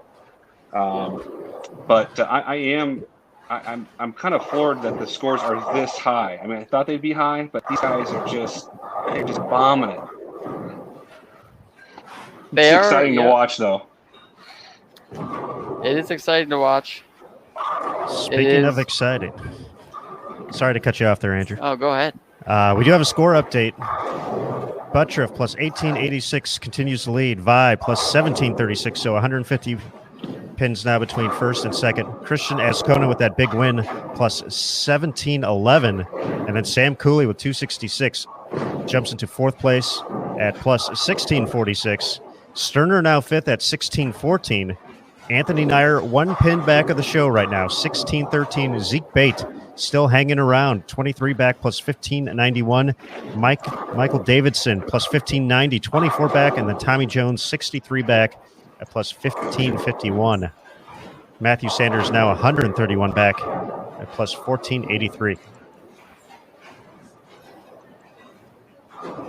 Anthony Nyer has the front six against Sam Cooley on the high end this game. There's a big game going on between fourth and sixth where there's 33 pins in between them. Those bonus pins are huge going down the stretch. So I got to ask, Andrew, are we counting the 2 pin that Christian left on the right lane as a pocket we hit? cannot. That was not a pocket hit. So every shot's hit the pocket here except for that one frame for Christian. Yes.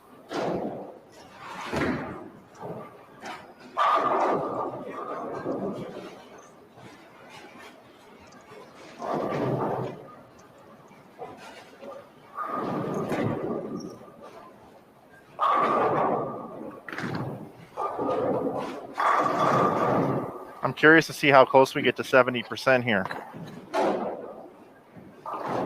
I think we're gonna get close to it. I think we're gonna be just above it. I don't think Jacob's gonna miss the rest of the game, and I think Christian may miss one more time, but I think they both have a pretty firm control of this pair.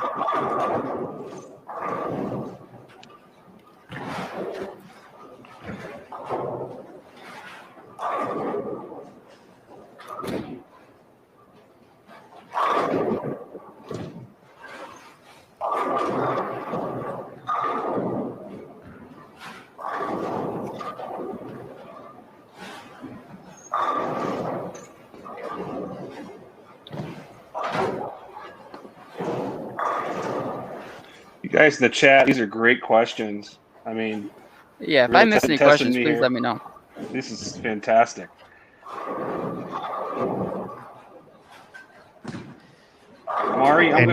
Mari asked a question just real quick about the oil and how if there's a chart about how the oils are raced off the lanes.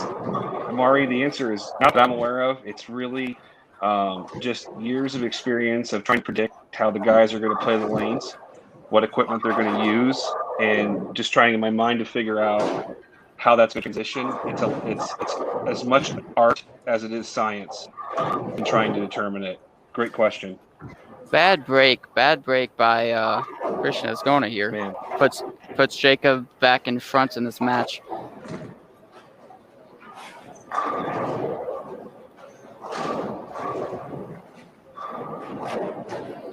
That's a good place for Jacob, bad place for Christian. For Jacob to be sitting on the bench and regain the lead. In a very important match, in my opinion. I mean, not as important maybe for Jacob as it is Christian, but Chris Vi does have a string of strikes going. It looks like he has a firm lead over Perry Crowell.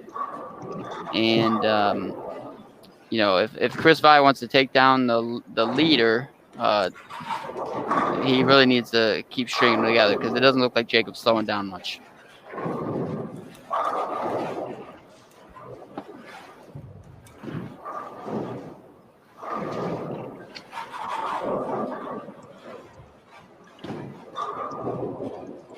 Taking a look around the house, Tommy Jones, a missed single pin in the 8th frame. Should give Mitch Hoope the win as Tommy tries to hunt down a spot in the top 5. I don't think he has the win just yet. Mitch needs to, I think, stay clean, if not throw a double somewhere. And Yeah, I see a 6 count up there on the he on the board now.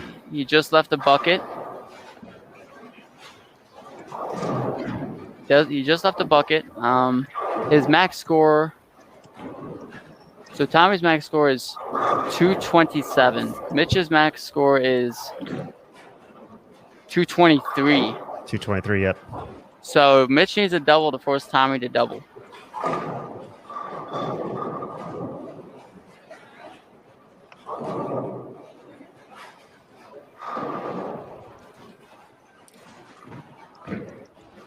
Zeke Bate in position to get another win against Sean Lavery Spar. He's putting up a big game, but a split in frame number 9.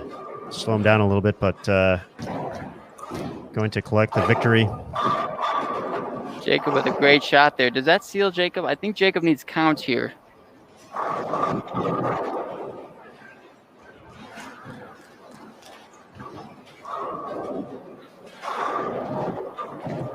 Zeke Bate with the split conversion. Wowzers. What was it, Andrew? 4-6-10. Oh, I wow. believe it was off the wall again.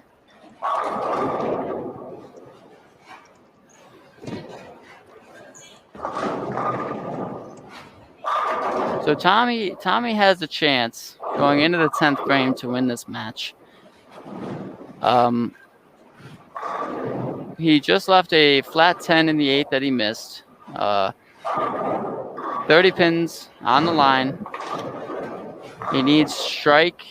He needs the first hit. If he spares, he is in the 2 rows. If he gets the first one, he's in the 2 teens. Mitch Hoope has 213 posted. Nair up to the front 8 on 75 and 76 against Sam Cooley. Yeah, I think Flanagan's on his way down to slow that down. Possibly. So big shot coming up here for Tommy on lane 40.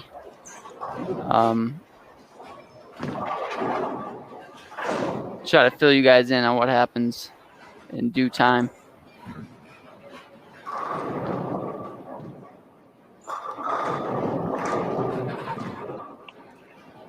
We'll have it just a second here. So needing this one in the 10th to pretty much seal up the victory against Mitch. You still need count, but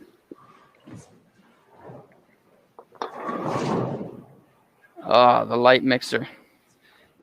Good shot though. Just something missed. Something missed a 7.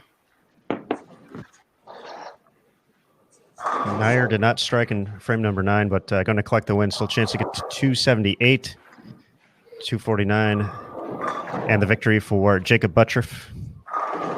And Christian Ascona can still shoot 230. Still a good game. Keeps him firmly in 3rd, I believe.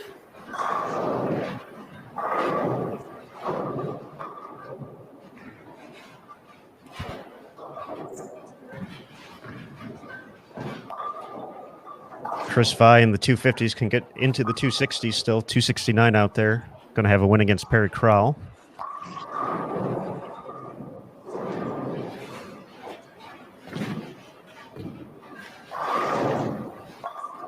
Zeke Bate, 240s with a win, depending on what he leaves in the or what he does in the fill ball. He can shoot 244.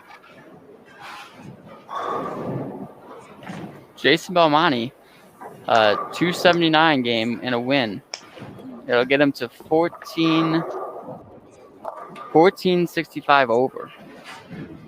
So I mean, he's a little bit farther back than you probably want to be to try to make a late charge, but you know, if anybody's gonna do it, it would be Jason.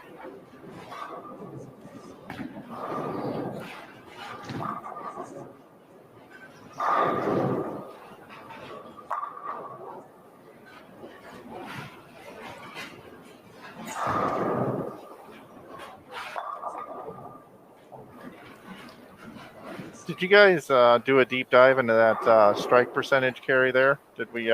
So Jacob did strike out, and Christian missed once in the 8th. He pocket 7-10.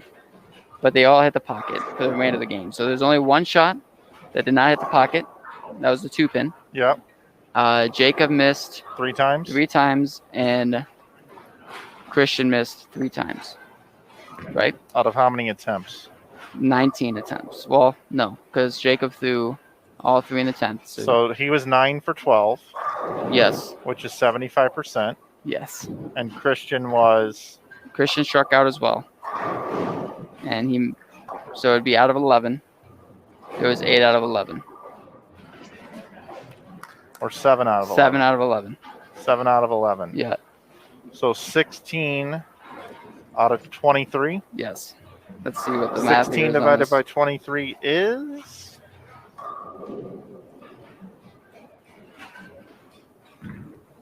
If you round up, 69.5% strikes. We're gonna round up and give you the 7%. On pocket hits on that pair with urethane. Next time I bowl, would you just mind telling me that my pocket percentage would be 100% on strikes? That way I know that I'll probably have them all.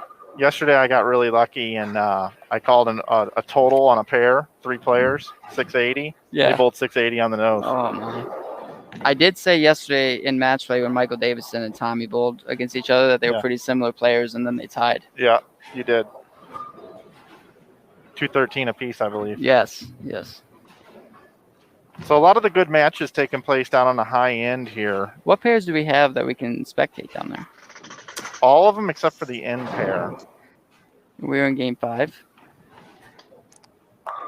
We are. We're about to be. Yeah, correct. Thank you. So Aaron. 63 and 64. Yeah, we got Sterner, Davidson. Actually, no, I take that back. That's Yeah, what we we're have- watching right now. Nair, Sterner. Cooley, Davidson. Who won the match, Michael or Jason? Jason has won this match. Yeah. Jason has a string. He needs this string. Can get to 268 here. Yeah, after that, really, I mean, rough start for Jason. But he's battling his way back. Had a good game here. And this is why I wonder sometimes if the high end is higher scoring than the low end, because I do think that the high end plays a little bit more favorable to the right-handers based on topography. So some of those key matchups, depending on what pair you hit, it's very important. If you call out, I mean, you bowled there enough as we all have. The center is really kind of 3 centers in one. I'd take 1 through 40 as being sort of one center. A lot of traffic there, especially all the other tournaments, not like the OC Bowl. And you have this group of lanes from like 41 to 60. And then I'd say the last, 20, 18, 16 lanes are the lanes that get used the least. And I would say that the track, especially on the right side, is a lot smoother because there's less lane play. The lanes are more physically like the left side of the lane on the high end of the righties. So I think that is why you see the higher score sometimes. I agree. And the one thing I noticed about the high end is that's where when we have open championships here, the Bowler's Journal has been there a multitude of times. And there's definitely a huge difference from 75 to 78 and 69 to 74. Big difference in how they play, especially when you're playing to the right. Agree. And as the lanes get older and older, that becomes more pronounced because those lanes just usually don't get used as much. I mean, 77 and 78 never gets bowled on usually in the old days. It's never used. It's used to burn the lanes. Mike, would you like to share with everybody what Chris Barnes just shared with you? I got these cans on, so I think I heard Barnes say something about I'd like to congratulate Perry Crowell on bowling 270 this game against me. He said he would like to congratulate Perry Crowell on bowling 250 plus this game. Because Barnes is having big numbers thrown at him. Bowling against Barnes. Salty. You know what? And I think Perry's going to do it now. Well, Perry's got that look in his eye. He's looking up at us. He was talking to you. He knows he might get some camera time if he puts up some strikes. Yep. I'm going to say Perry Crowell bowls at least 257 this game. I'll take the over. I was wrong on his over-under yesterday. I think I like the overs today. And folks, we're not going to cover that pair right now because it's not a featured matchup. But Andrew and I will keep you informed on what's going on over there. And Crybaby Barnes here is going to bowl probably like 267 and get a win, and then walk up and be all surprised. He could shoot 267 and lose by 1. He's gonna be all surprised. Oh, I don't know why I carried on that pair, huh? You think so? Yeah.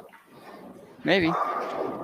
And Barnes has given me enough trouble this week that I'm allowed to call him Crybaby Barnes one time during a match play. Okay. Love you, Linda. Oh, that's gotta.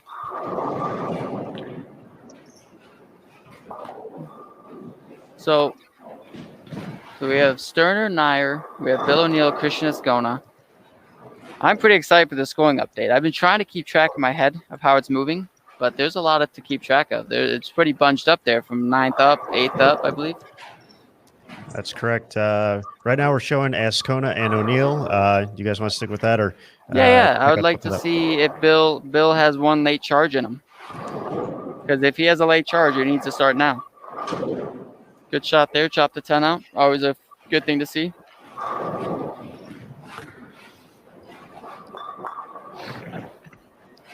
I do wish we could have a little tiny camera in the bottom right to show Barnes and Perry's match, because Perry just made the 3-6-9-10 and Barnes made an emphatic high five to him. Like, here's some elbow, great spare. Barnes is trying to enjoy it, I believe.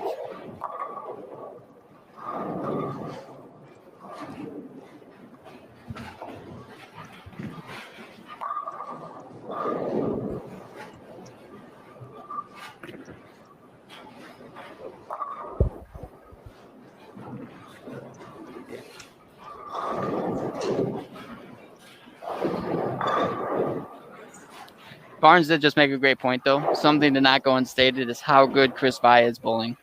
To go from where he was, where did he start? He started in 16th place. He's in solo second, chasing down the leader now. He was 24th with 2 games left to go in the Cashers round. Oh, that's right. He had, what was the score? 819? 819?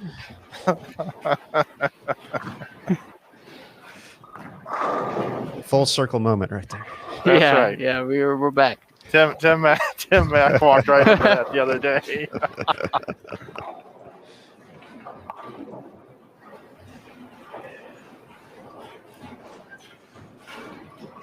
I know Jason Thomas has got his cans on as well, and he's been really talking about Christian Ascona and Christian having the best, maybe the most simplest attack on the lanes. Tonight, it looks like to me that Christian Ascona isn't as soft with it and isn't trusting it as much to the right, unless he just keeps hitting pairs that doesn't have the hook spot off the gutter. JT, have you been paying attention to Christian, and do you agree with that, or am I off my rocker? Well, it could be that he's not hitting as many pairs where it's hooking off the gutter. It could be, B, he's tightening up a little bit because it's the U.S. Open and he's not trusting it, to the gutter. But I've also seen, players this particular round that have gotten it to the gutter a little quick and the ball's overhooking. So it could be that he's just trying to avoid, getting it to the gutter too quick and big fouring. And just kind of playing it safe. And I think he also probably feels like, by keeping it away from that bounce, he still can get the ball through the pins if he throws it the right way. So it just could be that he's playing a little safer. Could be that he's tight, or it could be that he just hasn't hit as many good pairs as he's hit in some of the previous rounds. Yeah, I would attest to that. I think that I do think that he's trying to give it some shape, but he's more comfortable knowing that the ball's going to hit the pocket if it's up the lane. So he's playing it a little bit safer, and that's when we talk about the whole being aggressive or not side. He doesn't really need to be aggressive just yet. he got enough pins a couple games ago. He got those couple early wins that have allowed him to get some pins. So he's just looking to bowl some good games, win a couple matches here down the stretch, and I think he's going to feel pretty safe about it. Folks, if you get a chance to open up another browser window, you really should tune in to 45 and 46. It is quite the matchup. It is not really where we need to be right now, but Harry Krall just threw a strike and did the most animated pumping of his fist I've ever seen against Barnes. It's an interesting one to watch, so I would highly suggest going over there. It's going to be a little bit ridiculous in animation, almost like they're bowling for a title, but instead they're bowling for like 18th.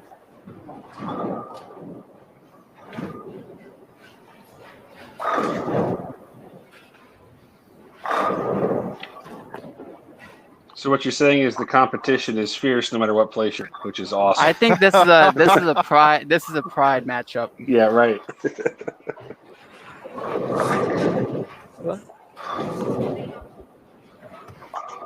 They've also made Andrew their ball rep almost. Yes. They keep coming back to talk to him. Yeah. Chris came back to give a compliment to Chris Vi, which rightfully deserved. Chris Vi is bowling incredible. Perry just came back to tell me he got away with one. He got one all the way to one, and it came back. And Scores. You know, I thought this would be about the time updated. where scores come down a little bit, and I think they're going up. Yeah, no, I meant they're updated. They're ready to go for Aaron. That's right. Thanks, Nick. Well, Jacob leading plus 1965. Chris Vi second plus 1835. Ascona plus 1745 in third. Anthony Nyer now in fourth place plus 1721. And Jason Sterner back into the top five, 1712 with that 268 victory. Sam Cooley 48 pins back at plus 1664. And Zeke Bate plus 1634, 78 back. Michael Davidson with 199 last game and a loss, 123 back at plus 1589. Tommy Jones 154 back. Bill O'Neill 205 back. At what point do we write off Tommy Jones and then Michael Davidson being 154 back and 123 I don't think back? you can no yet. way. Yeah, no way. I agree. I don't think you can yet. I think there's just too much score to be had still. And also, Andrew, too much score to be had, and also, you know, shooting 190 is not enough score when someone's bowling 270 plus 30. So, Right. I'm with you. Right now, I think O'Neill's out at 205, but Tommy 154 and above, I think, are still in the mix. Maybe Bill will hear that and bowl 300 and tell me what he thinks of that comment.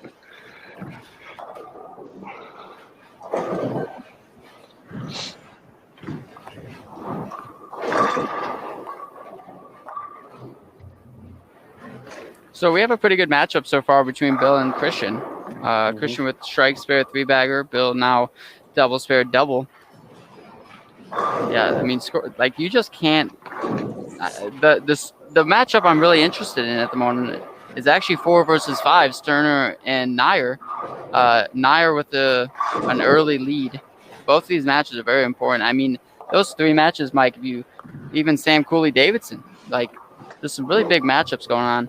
And it's crazy that this happens right before position round's about to be up in a couple of games.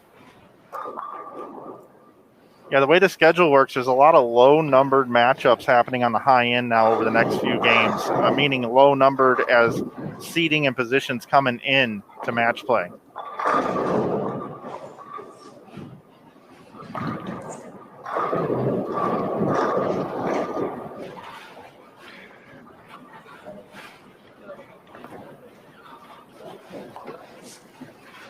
That's correct, Mike. And I don't know what the exact schedule is they're using, but I do know, and Jason Thomas would remember this, when we worked at the PA in the early 2000s, Walter A. Williams, who's a statistical guy, redid the entire 24 match play schedule to balance out everything from pairs to when you bowled a certain part of the field. So I'm not sure if they're using that schedule today, But it's usually very balanced from making sure you're hitting the same area of the center equal number of times. Wait a minute. I just want to make sure I'm hearing this correctly. You're telling me that the player that's won more titles in PBA Tour history ever wrote the match play schedule and they let him? I'm saying that correct. It is correct. Yes, he went through and did a whole statistical analysis to make sure that you were bowling like the same amount of games, 1 versus 8, 9 versus 16, 17 versus 24, in the same part in different parts of the cross. So you didn't hit all of the high qualifiers, for instance, on the low end. Like he balanced that out to make sure that statistically there was no advantage, no matter where you were at in the top 24. So would this be like Tom Brady setting up the NFL schedule for the season, or Michael Jordan setting up the NBA schedule? I know that that's a horrible analogy, but that's where my mind was going anyway. No, because you never know what number. The whole goal was for it to be fair, no matter what position you were in. It didn't matter if you were first or 24th.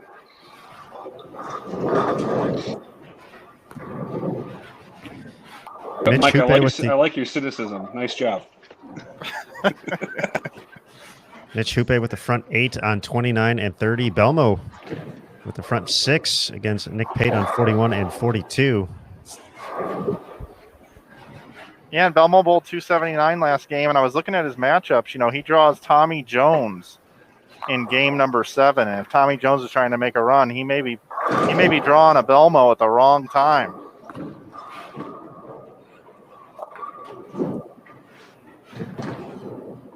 Still quite the matchup here.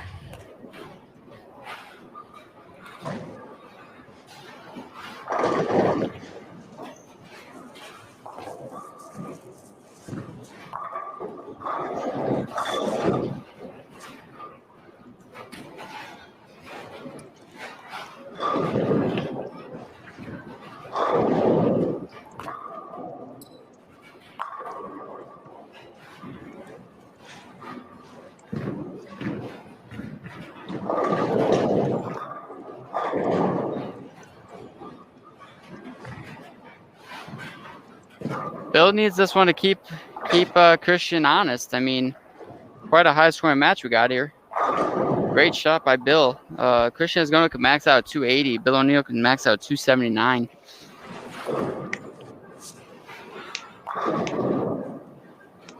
Mitch Hoope on the front 9. 29 and 30 against Sean Lavery Spar. Yeah, and Belmo, one last gasp. He's 247 back, and he's got the front 7 this game. So you just never know with Belmo, I'm telling you.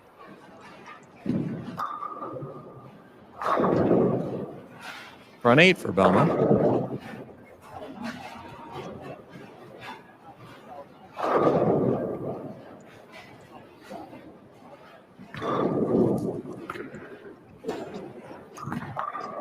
Oh, got the late 10 out. Soft tap on the 10 pin. A little love tap.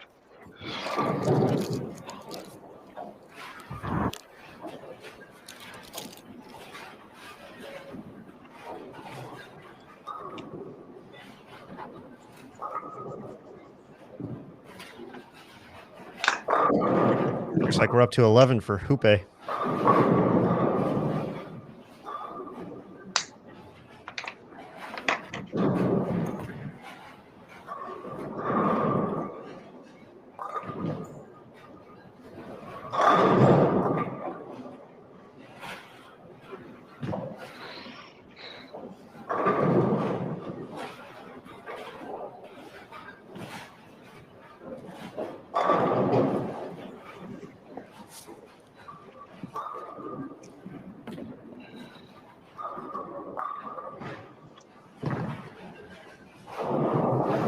Looked like he got that one there pretty quick and it laid off. So we've seen Bill in a few matches today that, you know, just Bill's bowled some great games and just hasn't had the right opponents. Just seems like another one of those.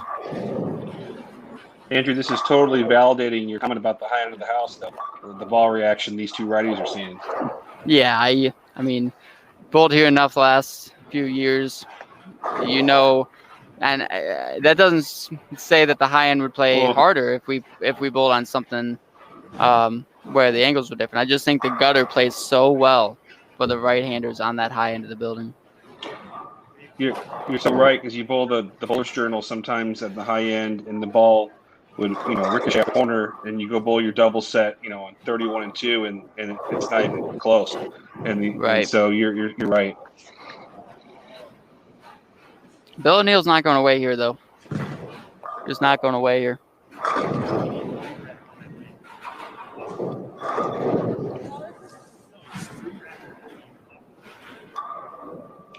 Hey, Aaron Smith, can you tell us what's the position round pairs where they're starting? The 1, 2, 3, 4, 5, 6 matchups? Yes, I do. 45 through 40, 45 and 46 is the 1-2 matchup, and then it goes to the right from there. Okay, so all of the kind of important matches for the show are all being the same bank of things. No one's going to be on high end versus low end, which is good. Correct. All right, so Bill O'Neill. Wow. Double, 2 more strikes here. Can force Christian to throw all 3 in the 10th for 280 to win by 1. You got to believe if you're Christian, you're happy that regardless of how the outcome of this game goes, because 240, 250 is a great game. Wow. As we see Belmo on the... I recorded that one, by the way, guys. Of course he did.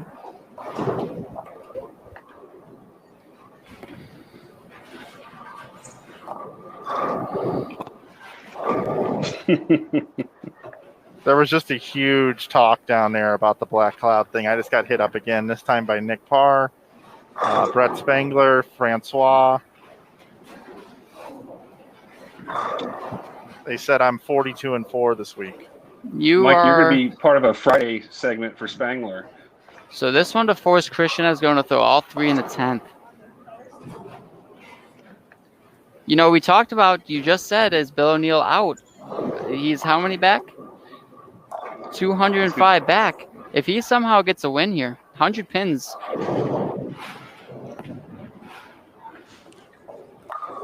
There it is.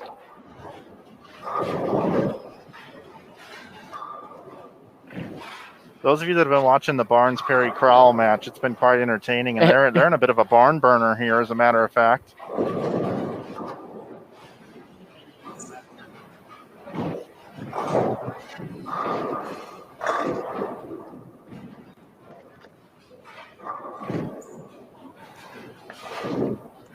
Ascona will need all 3 here in the 10th for 280 and a 1-pin victory.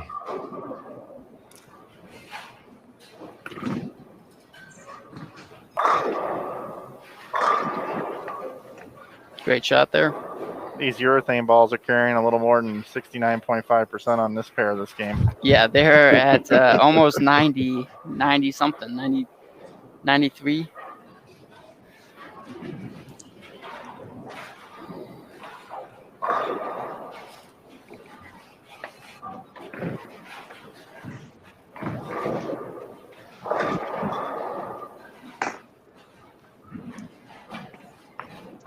I'm going to ask the dumbest question ever on air. Is this tournament USBC sanctioned? No. It's USBC certified. We don't use the word sanctioned anymore. Okay. All right. Thank you. I'm dating myself. Well, here's the thing. There is a triplicate patch out there for for Jason Belmonte. Look at that light mixer. Games 4, 5, 6, 279, 279. Can he do it again? Wow.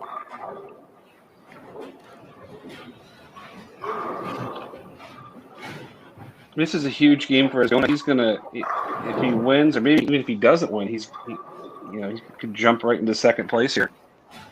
Yeah, Chris Vi does look like Chris Vi needs a mark to win his match. So he will get the 30 bonus, but no matter what, Christian will be gaining some pins on him. So what do we think here? Over under 9 on this one. After that break he just got on the 11th, I think that was the harder one. So I gotta believe he's gonna ace this one. I agree. The pins just seem to be dancing on this pair.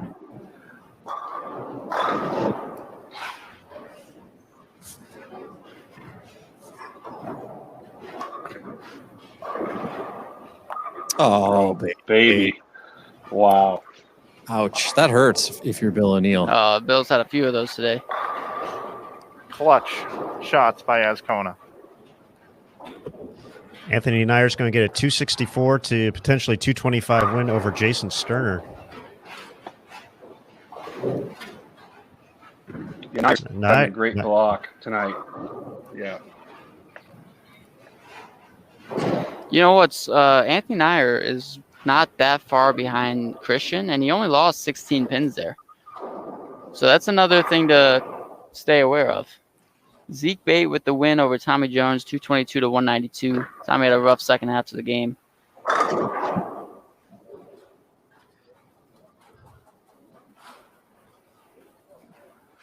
Getting to the end of the Cooley-Davidson match. 254, not enough. It's Cooley, 256 for the win.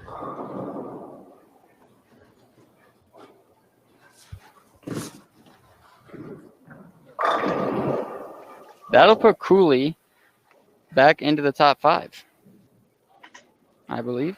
Yeah, and Sterner outside the top 5 now.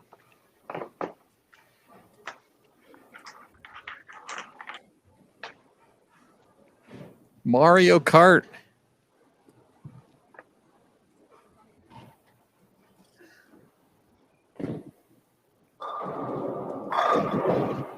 All right, folks, we are patiently waiting. Is it game 6 coming up next? Are we already to game 6? Yes. How has this happened? My goodness. Well, when there's a lot of strikes thrown, games do go by faster, Aaron. We are flying by, and folks, the $49.95 promo deal might fly right by you if you don't take advantage of it tonight. As we wait for Game 6, once again, Bowl TV, pick up a year for $49.95. Check out our promo video here to see what you have coming up. If you elect to subscribe, we certainly hope you do. Check it out. Full year, $49.95. And just like that, we're ready for Game 6 of 8, the final match play round here at the 2021 U.S. Open, folks. What we got? We got 53 games in, 56 game totals plus bonus pins will determine the 5 players advancing to tomorrow's FS1 telecast, 2 p.m. Eastern from the National Bowling Stadium. Guys, who you want to watch here? What we got? Well, 67-68 is Buttriff Sterner. 63 and 64 is Cooley O'Neill.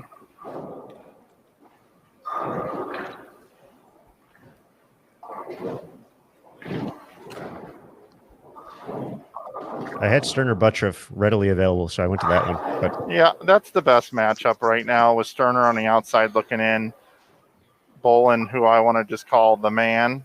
You know, and I think sometimes we take for granted how great Jacob Buttriff is and how great of a tournament he's had because we keep trying to pick all these other storylines of who can get there and who can take over the lead and all these different things. And meanwhile, Buttriff just sits up on top of the podium with his trophy in his hand, drinking whatever his beverage is out of it. I mean, he's just – Jason Thomas talked about it earlier. What this guy has done is just incredible. Incredible. And, you know, it used to be, you know, the claim on this guy, the stir, so to speak, is he can only throw urethane, right? And he's got this huge advantage over everybody. He just throws urethane. He's double jointed. He's got this weird release. But guess what? Everybody else got urethane now, too. And a lot of the players in the field have the same ball as him. But guess what? He's still up there. He's still doing his thing. So, but I will say that the field has began to kind of catch up to this guy with this lane pattern that's been out here. So here we go. Jacob Buttriff and Jason Sterner. This should be a good one. Hey, Nick. Hey, Andrew. I got a question for you. In speaking about Jacob, and as it says up there, plus 2,000 right now. So just remember, a couple days ago we were plus 90 for the cut line. But if Jacob gets to the show, let's just say he's top seed. He holds on to this top spot. Does he want another lefty on the show, or does he not? I don't think. Nick, I can go first. You can go first. Doesn't matter to me. I personally don't think that it's gonna matter. I think that Jacob is very comfortable. You know, I've said it a few times. He's going to pairs. This pair's had a lefty on it, and he starts with a double. Do TV pairs play a little different? Of course, because of many different things. Not only the bowlers before you, but the lights. It's warmer. You know, the intensity is there. But I believe that he would probably prefer to have it to himself. But I don't think that's in his mind at all. I think he absolutely wants the lane himself. He can dictate what he wants to do without any regard of anyone else. I don't think he wants Anthony Nair, who's firing BBs at his break point.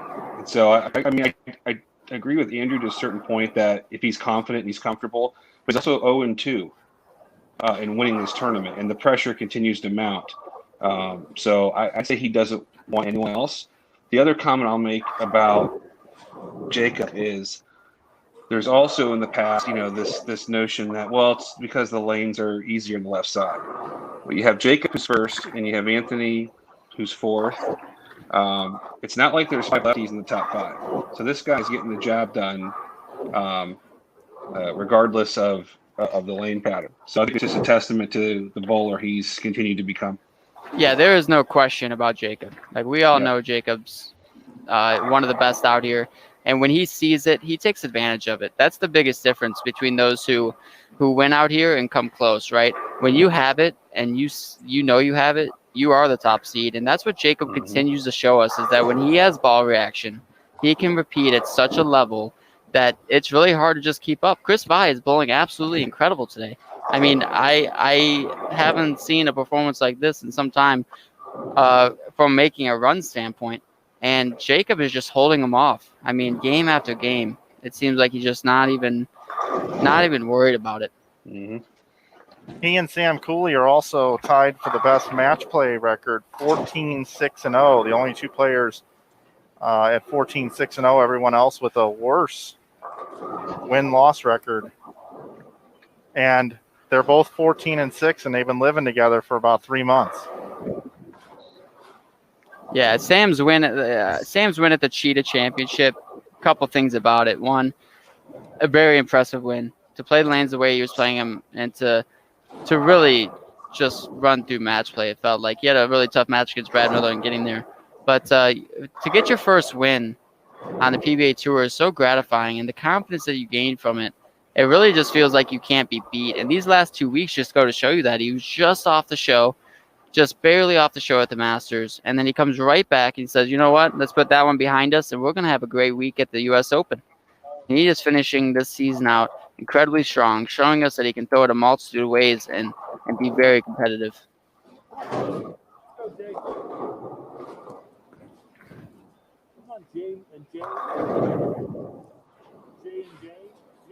So Jacob with the early split conversion.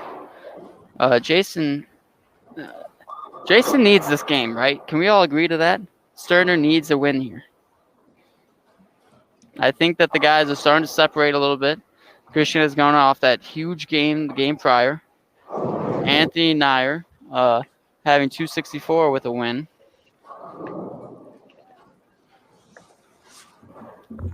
I've got to believe this is. I would call this a must-win for Jason.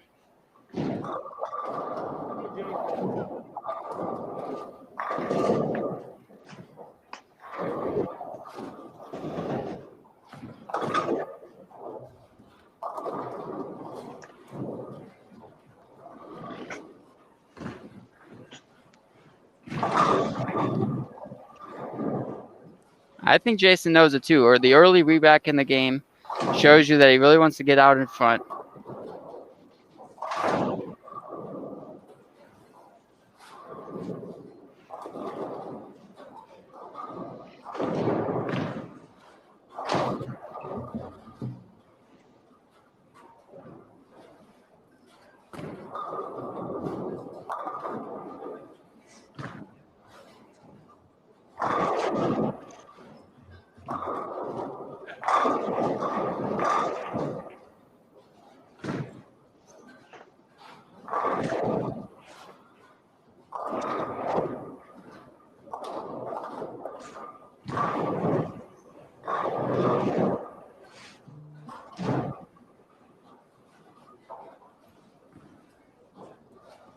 All right, guys, we're going to have a score update here in just a minute.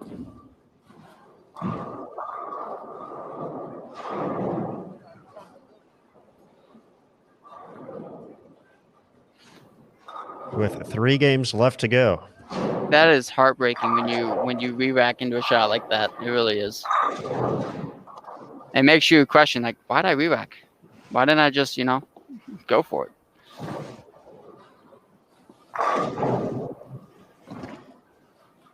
Buttriff at plus 2,002. Continuing to lead. Chris Vi plus 1912. Ascona plus 1855. Nair plus 1815. Sam Cooley with that 256 is 5th at plus 1750. 13 pins ahead of Sterner at 1737. Zeke Bates still hanging around. 1686, 64 back. Michael Davidson, 107 back at 1643. O'Neill with the 279 in the loss last game at 1586. He's 164 back. Belmo to 176 back in 10th place after back-to-back 279s. He's at 1574. And then Tommy Jones, who had made quite a run there, now 200 back in 12th place. Bill O'Neill, 279, and only got 40 pins on the field on the cut number. Yeah, that's just tough spot to lose a game for one, and the guys ahead of him are just striking, Seems like 230 is just a mean number at the moment, and it's just not winning many games. Like Bill O'Neill showed you all day, he can put up some numbers. He just couldn't win some matches. I would love to see here Bill O'Neill's this match play. He has gone 217 loss, 218 loss, 230 win, 220 win, 279 loss. And if you take that, and Christian Ascona won his first 2 games with 215 and 215. So, whole totally different round robin match play for Bill if he has a couple early wins. I don't think he's out of it just yet. He does have spare 4-bagger here working in the 6th against Sam Cooley. But he's gonna need some help.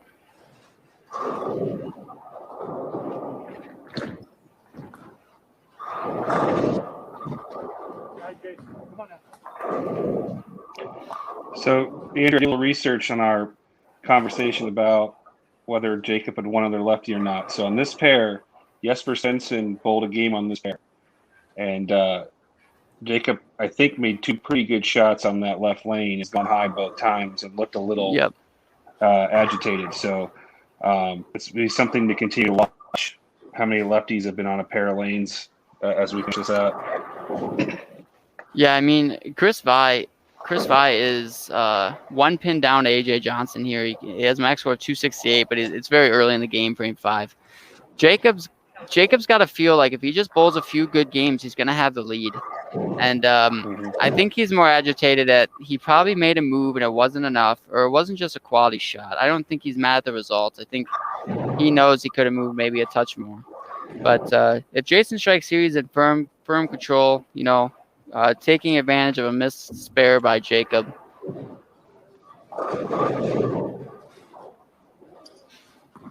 That looks good. Yep. Great shot by Jason. Chopping the 10 out. And we've seen on this high end, the right-handers have really, really liked this high end so far. You're right.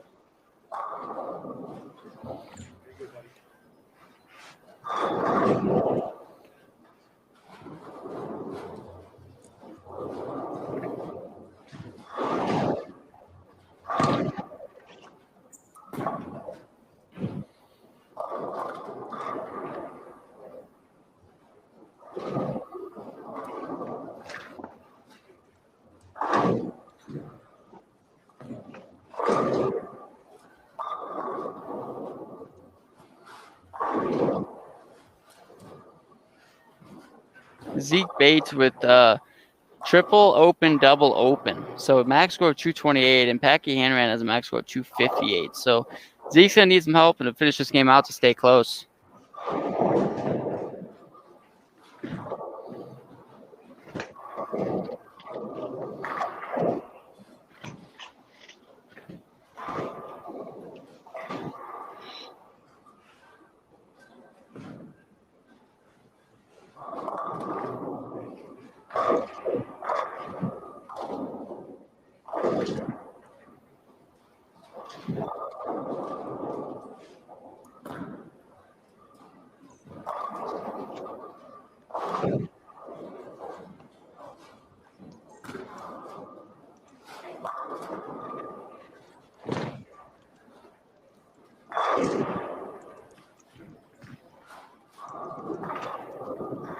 Guys, I might have missed it, but Chris Barnes having another big game shot on.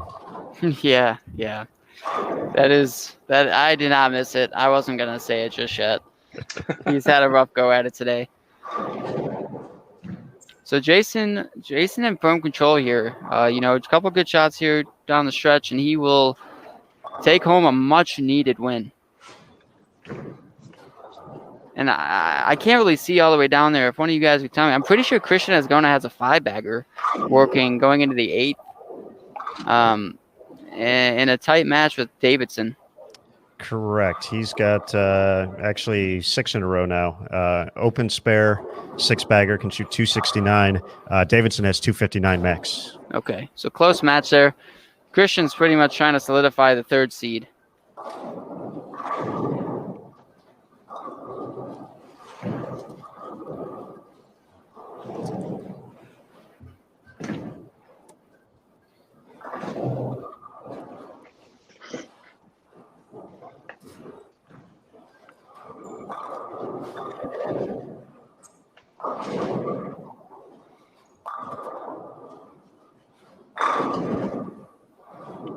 Is he re-racking again on that left lane, Andrew?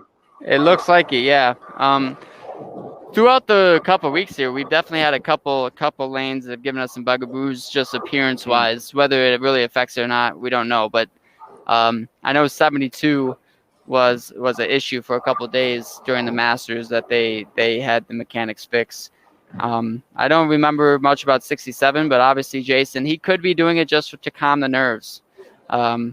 Could be just to give himself some more time to refresh, but who knows? It'll be interesting to know if he didn't like the rack or not.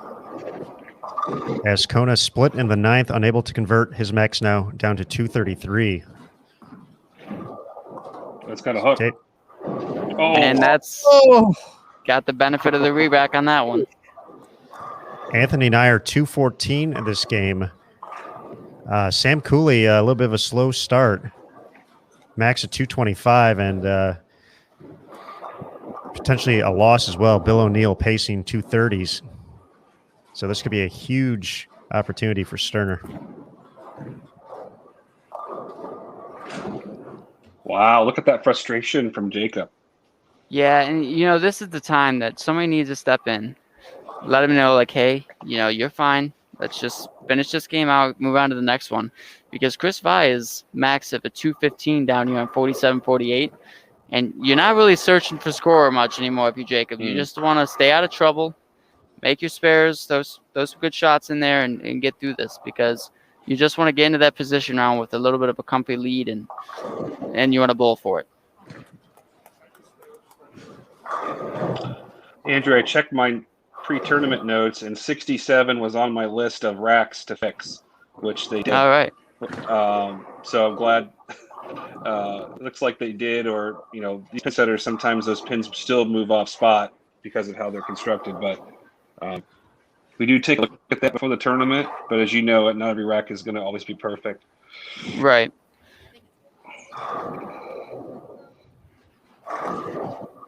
Davidson did not. He spared in the 9th and did not strike first shot of the 10th. His max now 227. So Ascona can double and get another victory here. What is the Anthony Nyer Jesper scoreboard? Nyer finished with 214. Jesper got the first strike in the 10th So he's on 220 then. So Yeah, it's pretty much locked up. Okay. Yep. So Nayer's hoping Christian doesn't win that game to be able to have a chance at that third spot still. We're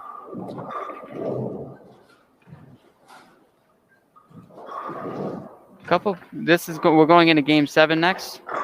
Game 7, 2 to go. Yeah, this is where things tighten up. The swing tightens up a little bit. You're starting to look around. You're starting to question. This is where Anthony, Jason, Sam, they all need to buckle down, throw as many good shots as possible, and don't worry too much about winning the match at this point. Just try to bowl the best score possible because the matches are going to get real close. Gonna go over to O'Neill Cooley real quick as we wait for Sterner. Bill needs a mark here to lock this up.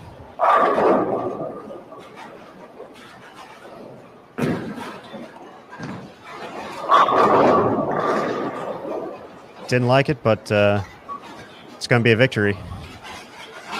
So Cooley not getting any bonus pins this game. Can still get to 225. Jesper finished with 219. So Nair, 214, didn't gain anything. Zeke Bate, 196 and a loss. So the folks kind of hanging behind. Really didn't do anything, but Jason Sterner. Big shot there. Now in the 250s.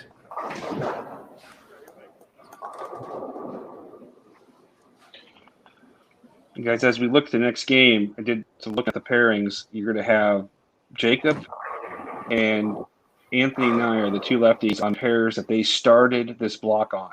So this is their second game on this pair. The next game, game 7, on the pair of lanes. And they're both bowling righties, and they're both on the high end of the house. So it's going to be real interesting to see if all these conversations about multiple traffic on the left side versus the high end for the righties, if that turns up during this 7th game. Brent Boho is going to be in the 270s on Chris Barnes. Yeah, and Brent's had a rough go of match play. Came in as a 24 seed, I believe. No, he did not. Yep. Yeah, he was the last one in. Okay. And he just, first match play. I think he's getting a good look at what it's going to take to win out here. He bowled great those qualifying rounds, and he's just had a rough go at it in match play. He's bowled a couple of good games here and there. If you're Barnes, you're obviously not super thrilled that one of his only wins against you, but he did bowl a great game, 279. Gain some confidence, leaving the tournament, be very happy with the results. It's hard to make the top 24 at the U.S. Open, so he did a great job. He just needs to remember that.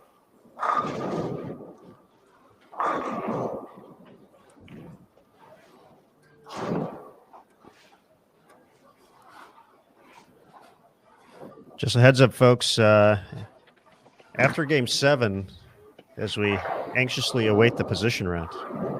Sorry there, Jason. I didn't mean to speak so loudly. We will have our final giveaway of match play here on Bowl TV, so don't miss out. Don't go too far.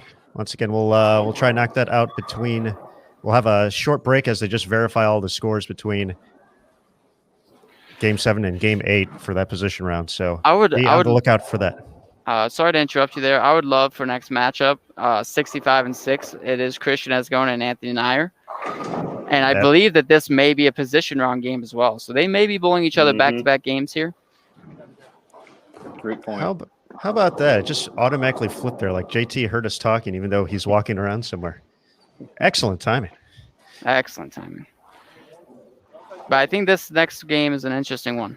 Because Christian, did Christian double in the 10th and win that game? He did not. Oh, wait. He shot 222. So we said, what did we say? Davidson was at 227. He did not. So 222 for Ascona, did not win. So Anthony Nair only lost 8 pins to him there. Let's see what the scores are like. Cooley 204. So Anthony Nair is only 50 pins back of Christian. 53, I believe. 48 maybe. And then Jason Sterner obviously catapulted himself back into. Jason Sterner might be. He's going to be 5th, and he's only going to be about 20 pins behind Nair. God, can somebody tell me to stop saying his last name like that? Somebody, please. Just remember, you want to be a buyer in stock for Anthony Yes. Nair. You're right. You do. That is some stock that you would want to buy. And folks that don't know kind of the backstory, Anthony Nair, junior team USA, won the junior gold, almost bowled 300 on TV to win junior gold. Is the son of Andy Nair, who was a great touring player, PBA champion. So he's got a great pedigree, and obviously his physical gifts of bowling you're seeing display this week. So not a long shot that he was going to make an impact on some of these events. The biggest thing I've noticed between him and Spencer Robarge is they're just not scared of the moment. Mm-hmm. And that's something you have to have. That's something that you can't really teach.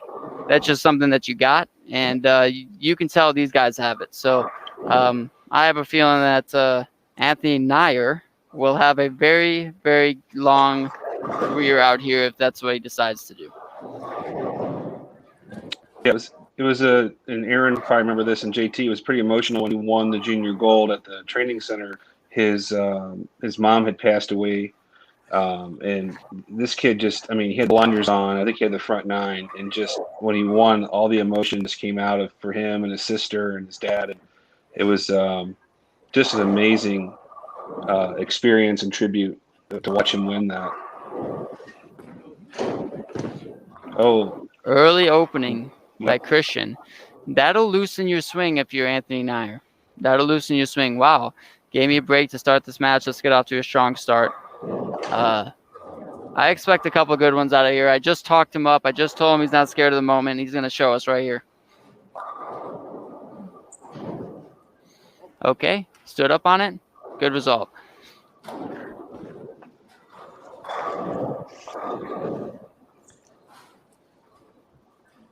Those are pineapples on his shirt, correct? There is pineapples on his shirt. Okay. Many pineapples. just a reminder, he started match play tonight on this pair. This is his second game on this pair lane.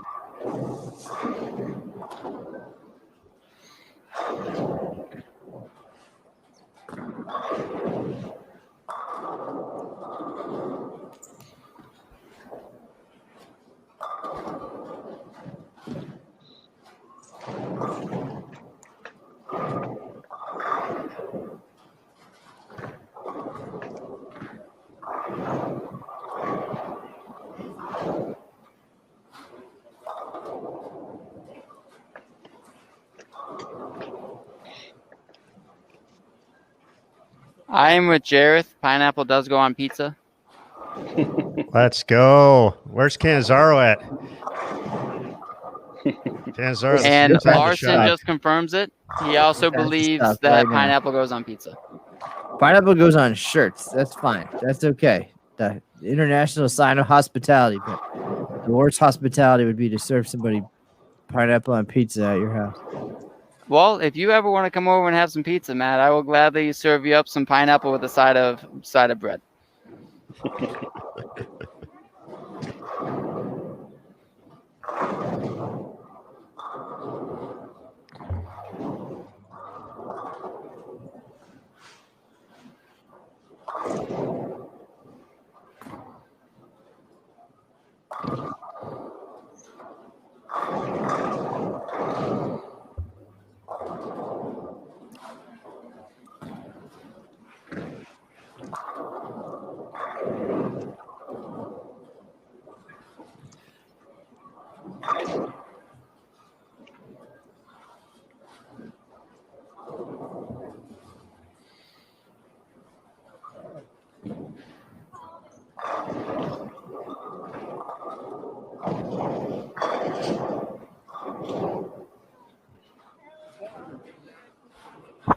All right, so to get back in this match, I mean, he's not really out of it, but early double here would make up for that missed 10.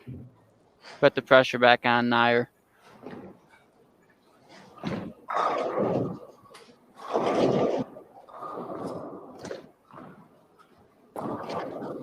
That is in. Wow. You'd almost miss you'd almost rather miss too far to the left there. That way it goes Brooklyn.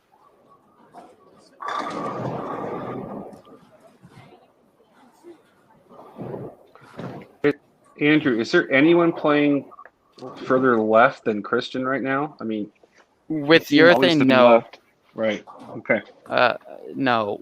There are some guys playing around where he's playing with reactive, like Perry Crowell's starting to get in there, Brent Boho. But really, no. I think the majority of guys are actually farther right than Christian, throwing a little harder. I really think that Christian's playing them a way that pair-to-pair matters way more. But he has taken advantage of every good pair, and that's what you have to do. Because his bad pairs do look like he has to work really hard to get to 2-0-2-10. And that's because he's going across that flat that we were talking about earlier. That's so much friction. And if there's not enough hold down the lane for you, you're going to leave stuff like that. Yeah, I agree with you. And the machine slows down at the end, so there's a little bit of a bump there, and to kind of cross that, like you said, diagonally with urethane is tricky for sure. Hey, But Nick, I he's know in we the top broke. five. We know. Nick, I know we talked about this a little bit earlier in the week, but we've talked a lot about speed bumps out there in the oil pattern over the course of these past few weeks in Reno. When folks are looking at a lane graph, what are they trying to? How is that defined? How do you see that when you're examining a lane graph at your local tournament at home? Are you talking about if there's a speed bump specifically? Yes. Yeah, so it's hard to see. You have to look at the pattern sheet, and what you're looking for is basically if the machine is slowing down its travel speed at the end of the pattern. And so if you look at the pattern graph for this pattern, you'll see on the forward oil, the last screen of forward oil, the machine slows down to 10 inches per second, which puts more oil at the end of the pattern. That is what is referred to as a speed bump, and it's just one tool that we use to give a different look with patterns. We don't use it every pattern. We don't use it all the time. It's just another option in our toolkit.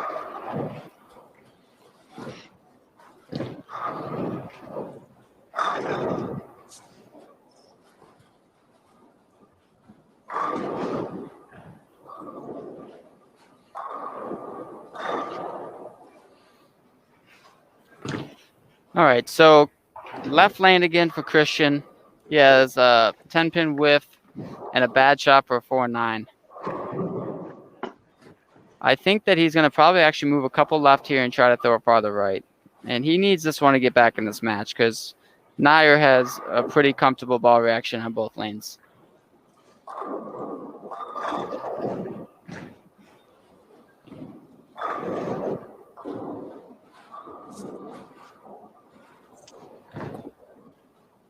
Got a hook. Oh, cut back. Yep, and a little wishy-washy on the ball reaction there. I'm liking Nair's a little more on this pair.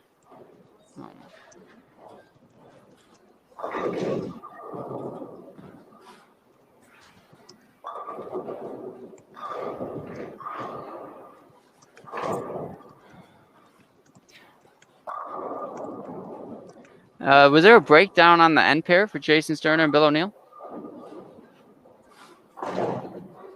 They're a few frames behind.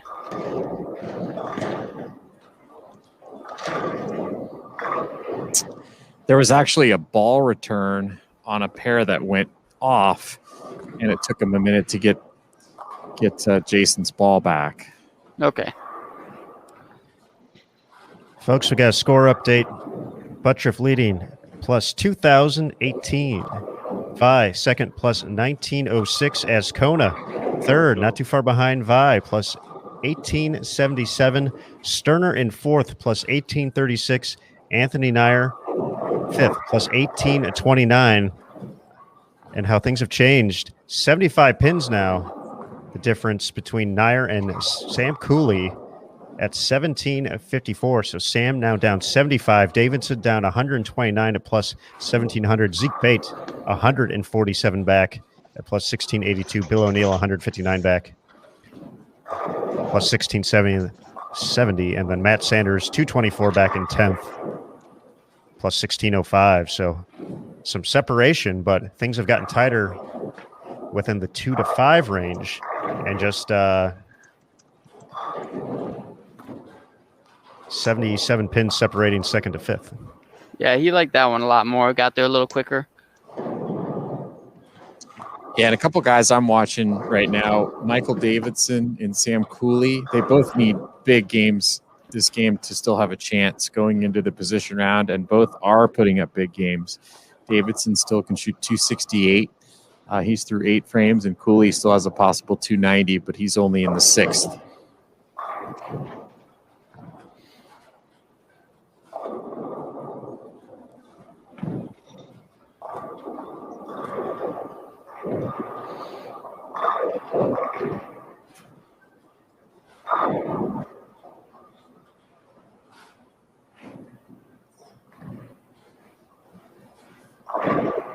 Taking a lot of time.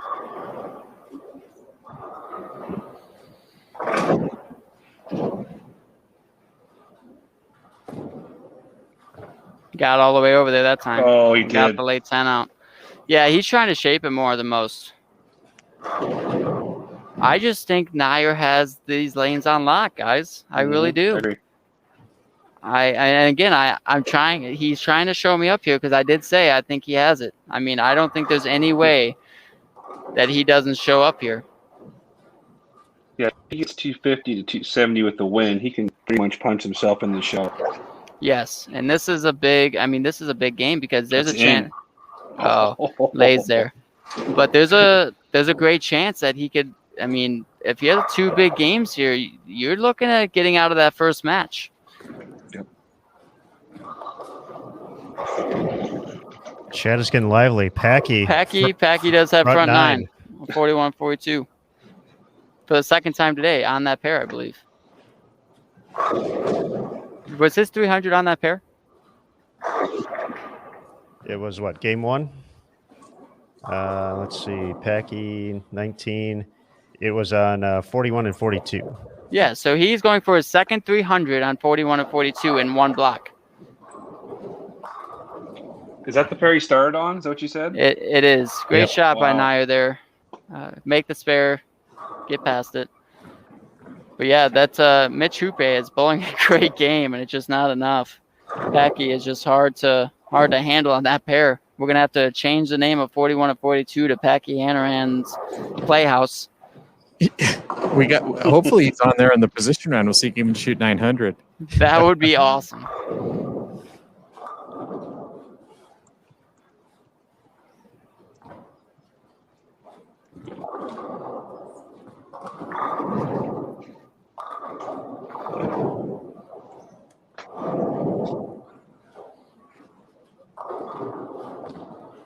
So, double here for Christian can get him going into the 10th frame, able to shoot 240.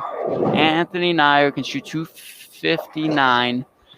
So, still some work to be done here if Christian throws a double for Nair. David, go ahead, Andrew. Anthony Nair is 48 pins back of Christian in the 3rd seed. This is a big win for Nair. It really is. Jason Sterner, it looks like an open. Sterner open in the 4th, yep. Cooley has 269 left. Yep. Yeah, Cooley and Davidson. Davidson did finish out with 250 plus. He does defeat Jesper, so that'll get him to 1785.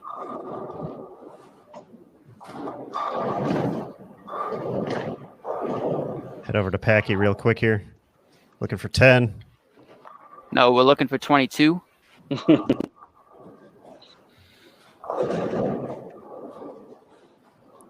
Big shot here. That was in. That was in of the last one. Oh, there we go, The Christian. air pump. The air pump. I like it. All right, so What can he punch guys, for? I've said it multiple times this game. He can shoot 247, and Anthony Nyer can Okay. shoot 259.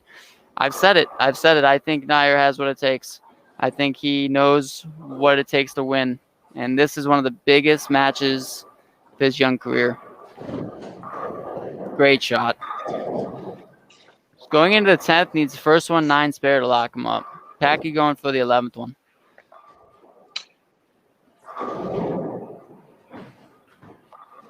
Yep. Packy's playpen. I think that's the winner right there. So Anthony Nyer did he get the first one? He's up for the first one. He's left 2 7-pins on this lane. Yes, he has. He got that one all the way over there. Oh, great it's shots. Beautiful. He gave that little fist pump right back to Christian. I love to see it. You love to see it. Big shot here, though. 9 spare. And Packy going for 300.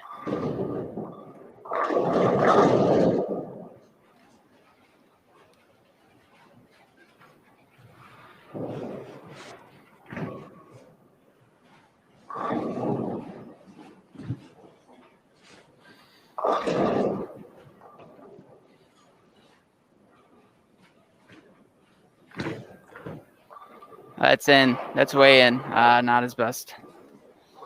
Yep. And then Nyer packs it again for the win over Christian Ascona. Hey, I haven't been listening, guys, but I wanted to pop in for just a second. I don't know if you guys covered this or not, but, Packy just bowled 298. And did you know it was on the same pair that he bowled 598 300 on? now. Oh, yeah. You guys covered that? Yes. It Hey, is. You guys are great. Yeah, we changed the name of 41 and 42 to Packy's Playpen. Still funny. I love it.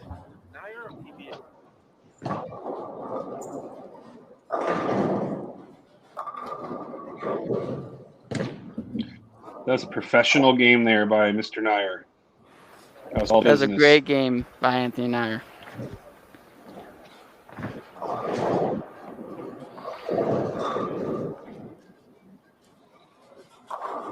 He's at 917 now.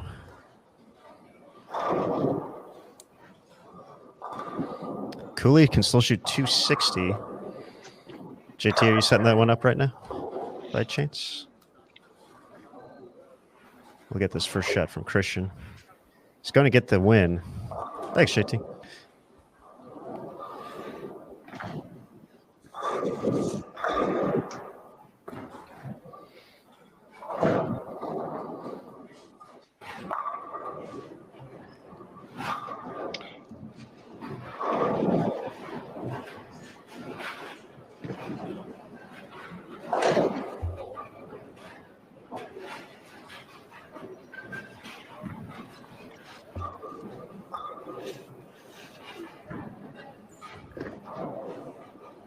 Chris Vi can still shoot 259 this game. Going to get a win against Brent Boho.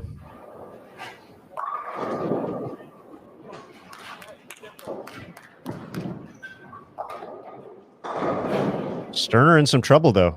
Pair of opens. Bill O'Neill has 5 out of the first 6 on 73 and 74.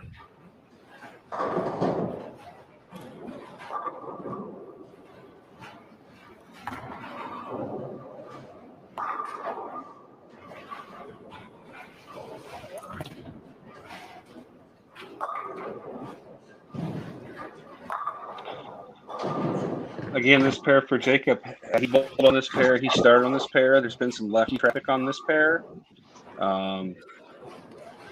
It just seems like his ball roll is better on the fresh tonight. 215 with the spare here for Jacob with the strike on the fill. That puts him at 20-33. If Vi strikes out, he's going to be only about 40 back.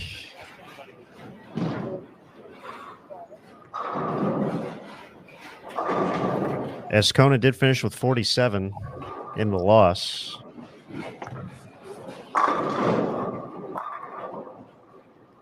So he's going to stay ahead of Nyer, but they're close. Ascona up 7 unofficially on Nair.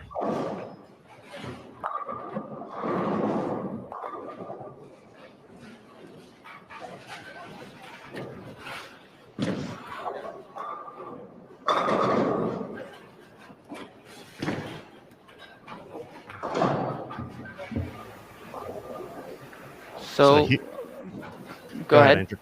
I was just going to say this is a huge opportunity. He's got the win already, Sam Cooley, but he can get into the 1850s or the 1850 range if he's able to get all 3 in the 10th here, or at least the first 2.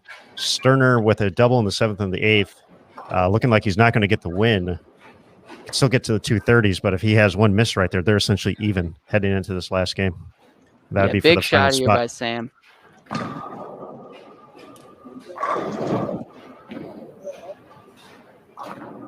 He likes it. Oh, that was almost one of those ones that was so good that it read a little earlier. One thing to notice too is Jacob is going to lose that game. Chris Vi had 248 with a win, so he's going to gain 64 pins on him. How close are we talking? Jacob's at 20, 50 30, pins. 32 now. Yep, and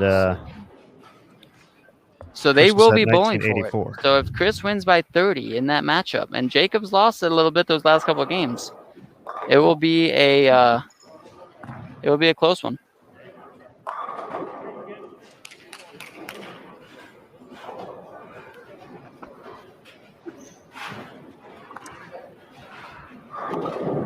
$213 for a loss for Zeke Bate. So I think we can officially cross him off the list here. Gonna be a little bit too far back this last game, but what a pair of weeks for Zeke. Yeah, he's bowled great, and he's worked his way into both cuts.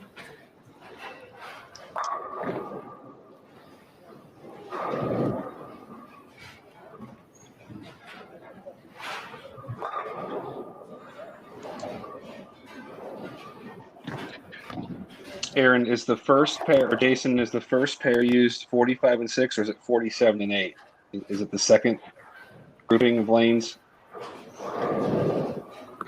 I don't know. I don't know the answer. I think it's 45 and 6, but based on the fact that they just bowled there, it may be 47 and 48. 47 and 8, okay.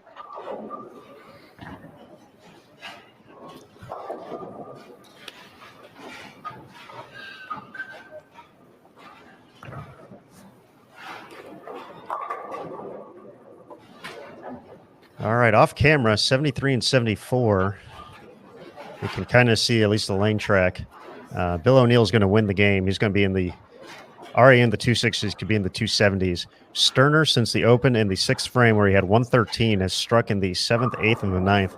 So we mentioned can still get to 233. If he doesn't get the first hit in the 10th, drops his max down to 212. That would put him at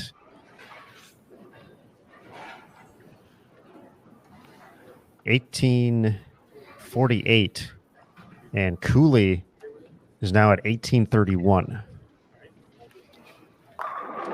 So his ball will be going down on lane 74. So we can't see the bowler. What is Bill shooting? I'm sorry. 79 if he gets this last one. 279? 279. And he's actually going to win this one? He's actually going to win this one, yes. Okay. I was just making sure. Clarifying that he's he actually could get a gone, win. He's going to go his last 3, 79, 54, 79 if he gets the strike on the fill. That is a nice 800 set. So 79, 109. That'll put him at 1779. So he's only going to be about 55 back, guys, 60 back. He's still going to be behind Davidson, but yes, making that's an interesting number, swing. though. That's an interesting number. And let's talk. I mean, we talk about it all day. Bill has a couple of those losses that you were like that could have won. I mean, yesterday he lost with a 245. He lost with 235 in the first block. He lost with multiple 230 games or 220 games. So just a couple matchups, really. I mean, he has a 10 and 12 record. He is the only losing record in the top 11.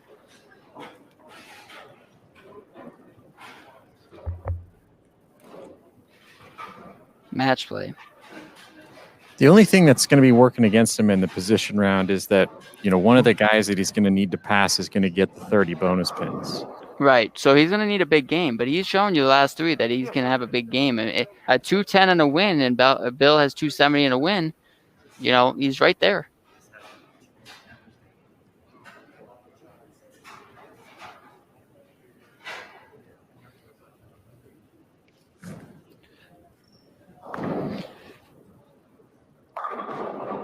Sterner did get the first hit, does not get the second, so he's going to be in the 220s. So he will hold the advantage. It's going to be close, and we got a few folks within striking distance. Dare I say, let's go. Position round time coming up next here on Bull TV. And folks, you remember what I told you? We were going to do the giveaway. Giveaway going to be coming up here next in just a minute. But before we get to that, just a friendly reminder, everybody.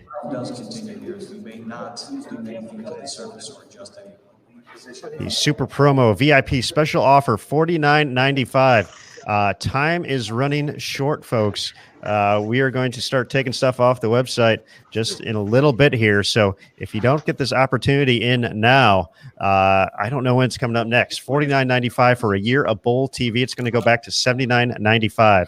You're not going to want to miss this opportunity to pick up a year of Bull TV. You got the PWBA Tour coming up in just a couple of weeks. Sectionals, ITC, ISC, Junior Gold, Super Senior Classic, Senior Masters a little bit later in the year now. Brand new stuff like the Bowlers Journal Team Championship Series, Team USA Trials. We're into 2022 already. So got to get it in. This is the time. $49.95, folks. From my understanding, guys, as well, if you send your receipt in to an email at Aaron Smith's email address, he will send you a personalized thank you video, including him dancing in a turkey onesie. So get it in while you can. Wow. You threw that at Flanagan yesterday, and now at me. Fabulous. That's I believe Get it in while you can, guys. That's the full price option right there. All right, folks. After that, man, what can I make Andrew Anderson sign after all that? Goodness. Let's get this giveaway going. So once again, all you have to do, you'll see the prompt in the bottom left-hand corner of the screen in just a little bit. And all you will have to do is click the submit entry button. We will, of course, give you the heads up before it happens.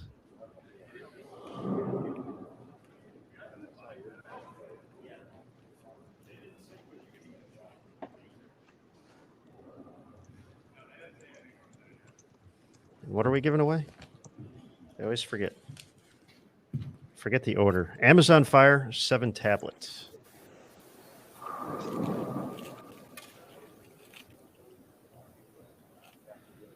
I'm going to barge in here right in the middle of what you're doing, Aaron. Do it.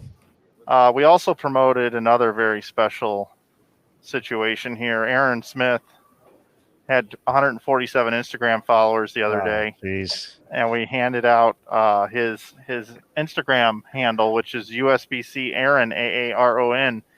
And we haven't quite doubled his followers on Instagram. So if you want to head out and go follow Aaron Smith on Instagram, you should do so.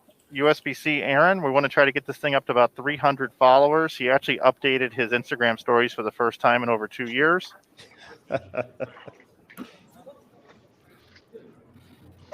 And also, this is a great opportunity to follow the United States Bowling Congress on Instagram, Twitter, and Facebook as well. The Sport of Bowling USBC on Facebook. USBC Congress, I think it is, on Instagram. Oh, US Bowling Congress. That's it. Thank you, Aaron, for correcting me on the air. We'll have a side conversation after the broadcast today about correcting me on the air like we did earlier this week. There's the JT magic number. There it is. So what this means basically is if you include the bonus pins that are available, this is what each player would have to get in terms of pins to lock up a spot on the show. And this will change over the course of the game based on what the players who are chasing the top 5, which in this case, it looks like Sam Cooley and Michael Davidson and Bill O'Neill are shooting. So the lower they shoot, the lower those numbers will go down as the game goes on, and we'll keep them up to date as best as we can so that you guys can follow what each player needs in order to make it to the top 5. But Jacob Buttriff, obviously he's pretty much a lock. Chris Vi as well. And those guys are going to be fighting for the 1 and 2 seeds for more than likely. But should be an exciting position round. That last game made it a little bit closer. It looked like there was a chance we could really already know who the top 5 were, but because of what Davidson and Bill O'Neill and Sam Cooley were able to do that last game, it's going to be a little more exciting.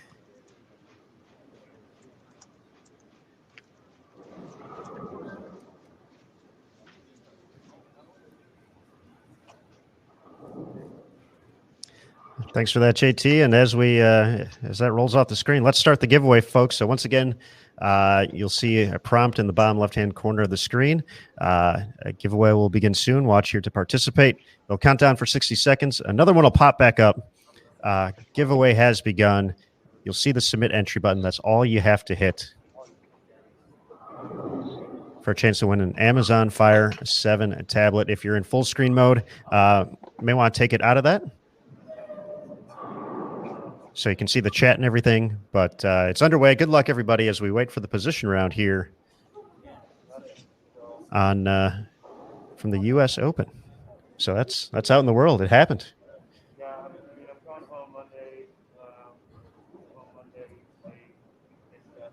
Is there anything cool that we can show right now, guys? Yes, there is. Bring us in.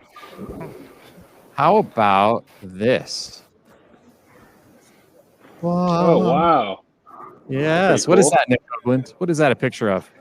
So that was taken on 2 weeks ago, 2 Sundays ago. We did lane testing. The left 2 lanes is the Masters pattern that we bowled on last week. The right 2 lanes is the pattern they're bowling on right now. So you can see just a complete difference in the shape. The pattern on the left side is more of a tree, and the pattern on the right side is more of a square. You can also see how much more oil is down the lane on the right pair. Look how dark the red is towards the end of the pattern compared to how light the red is on the left side lanes. So two different patterns. The one on the right side will be what's on the Fox broadcast tomorrow. And it's what they're bowling on right now. If I was just a layman, I would look at those 2 patterns and I would say, wow, that one on the left is way easier than the one on the right. Funny how that works. You're right, Jason. We talked a little bit in the chat tonight about taper. On the left side, the left pattern, it's so light. There's such a drop off of taper from about 30 to 35 feet. The ball changes directions really sharp. It just made the lanes really hard. And on the right side, you can see there's a little glimpse of lane on the gutter on both sides. And that's exactly where most of these players are throwing the ball tonight. Goes to show you that if you give the players just a little bit, they make a lot out of it. You're right, Andrew. And, I don't put anything past the fact that, the Masters was absolutely tough. And even the first 2 days are tough. That once you guys got a little swing juice, you saw a little friction in the spot you wanted it, it's game on. Yeah, I mean, that's all it takes to really get us going. Even in practice, you see a ball go through the pins the right way a couple times. You especially when you can play the gutter like this, if you get one to the gutter fairly fast and it cracks off of it, confidence goes soaring really quickly. Right. All right, folks, that was pretty cool. Great breakdown there, and we will be seeing the red oil once again come tomorrow on FS1. But once again, while we have a second, and we'll put, I know Roger's helping out in the chat. We're trying to get to the questions as they come up. Hey, Aaron, real quick. I just want to let you know that I'm actually getting really sad. Why is that? Because our Bowl TV broadcast is coming to an end. Oh, Mike. It's going to be coming to an end. And it's pretty sad. But I think you've got something that you're about to queue up here to let us know that we won't be sad for very long, will we? Certainly not, because we got so much more left to come here on Bull TV throughout the course of 2021 into 2022. $49.95, folks. Once again, we're trying to get this to as many folks as we can. Let's watch the promo. And folks, we weren't kidding about that PWBA Tour schedule coming up. Just a couple of weeks, less than 2 weeks. We'll be back with the best female athletes on the planet, competing for PWBA Tour titles. Twin Cities Open from Eagan, Minnesota, April 22nd to the 24th. Lincoln Open, April 29th to May 1st. Greater Cleveland Open, May 6th to 8th, before we get to the Queens, right where we're at, or where you guys are at, not me, but at the National Bowling Stadium, the USBC Queens, May 12th to 18th, the first major of the year. You can see the rest of the schedule. 17 events left to go this season before it's all wrapped up, going all the way till November this year. Pretty exciting stuff. As we once again are going to push that $49.95 deal, folks. Don't forget the extra, Aaron. The little extra, the turkey onesie. Hey, Aaron, do you want to bring it in for all of us here? Yeah, we should give our predictions. That's what I was kind of thinking. Yeah. All right. Do we have the results of the fantasy game? No. No? Okay. I, You guys don't want to show that? not really. Okay. All right. Looks like we're all set here. So It is updated. let's remove this for a second. And there we all are. Hi, guys. How we all doing? Hello. Great. This is like it could have been a really kind of boring position round, and because of what just happened that last game, it's going to be an absolutely crazy position round. I mean, almost anything can happen. It's going to be one of these classic U.S. Open position rounds, like the ones I remember, where Walter Ray got a 6 count and went from 4th all the way to off the show. It's absolutely nuts here. And it looks like we do have scores updated online, and based off of what we've seen and what we've tallied, we kind of have our scenarios now, folks. So Buttriff will be taking on Chris Vi. He is down by 48 pins, so definitely within range. Buttriff and Vi facing off. Christian Azcona. I should read the scores too. 20-32 for Buttriff, 1984 for Vi, 19-24 over for Christian Azcona. He'll be taking on Anthony Nyer, who's at 19-17. And then 5th place right now, this is the big one. 25 pins separating Jason Sterner from Sam Cooley, 18-56 for Sterner, 18-31 for Cooley. So that's the 5-6 matchup. That one's going to be huge. Moving on down, the next matchup, 71 and 77 pins back.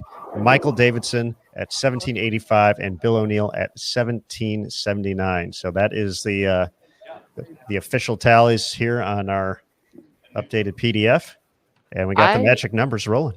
I expect somebody in that match between Bill and Michael to put a string together early and put some pressure on that other match, because it's early on. I mean, if Jason or Sam get off to a strong start, I do think that, you know, it's really just going to be a race between those two. But if Michael or Bill can string some together early, put the pressure on them, you're not only looking at your own match anymore.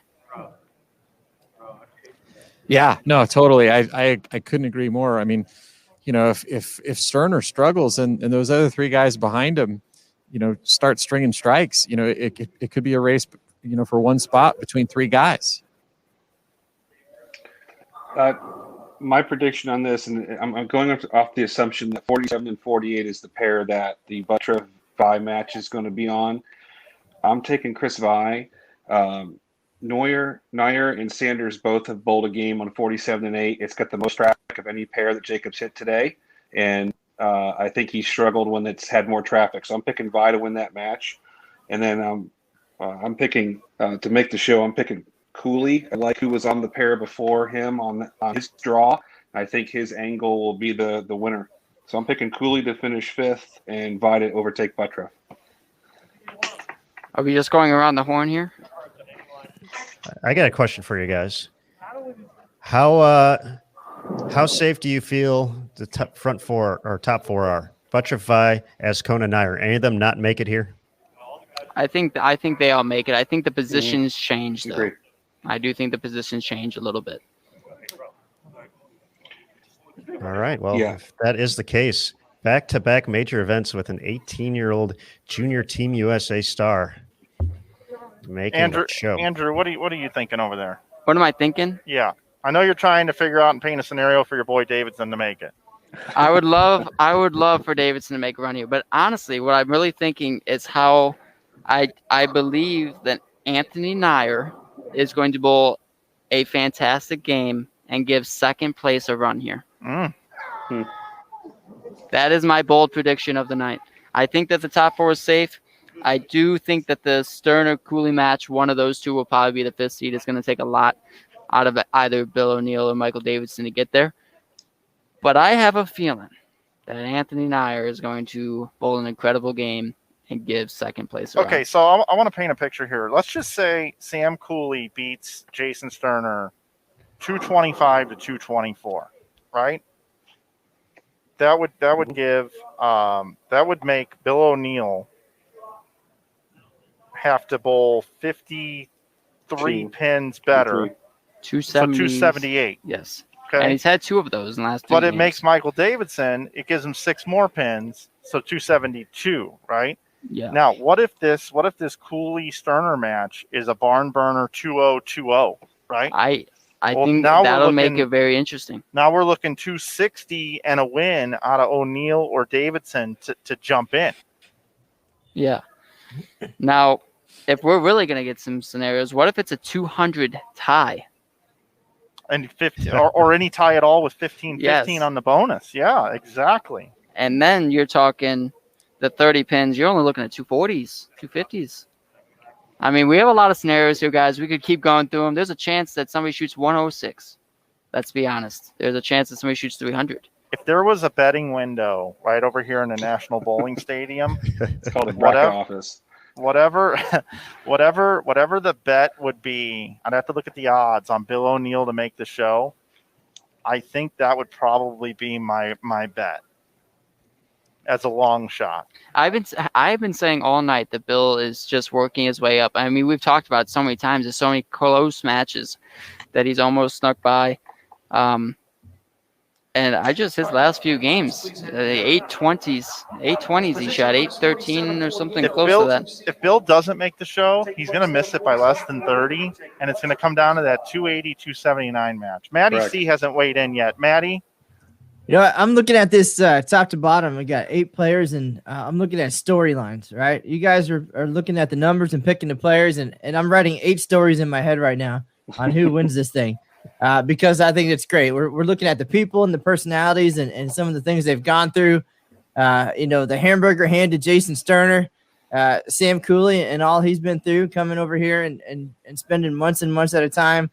The first time potential winners, the young 18-year-old. There's just so many, right? That's where I'm coming at this from. I think I win no matter what. I win the opportunity to tell a great story. No matter who it is, and it might keep me up tonight trying to figure it out. I hope whoever's bouncing back and forth between lanes is ready, because I have a feeling that there's going to be some electricity in the air tonight, boys. And Nick Hoagland, 47 and 48 is where Vi and Butcher for bowling. So just to confirm that is going to be where they're going to be. Thank you. But if you guys could give me a definitive answer on who gets the number 1 seed, maybe a collective vote, that way I can start working on this one and then start thinking about tomorrow. So if I can get an answer, that would certainly help. Is it Vi or is it Butcher, or does something magical happen and Christian Ascona gets there? I think Jacob. Jacob is it for me. I'm going Vi. I'm going by. Aaron Smith, you could. Wait, did not everyone really. else pick Vi? Yeah, 2 to 1. I picked Jacob. I have to go with Vi. I picked him first in the fantasy draft, so I picked him to win the Masters when we had our predictions. So he has to win by 19 pins.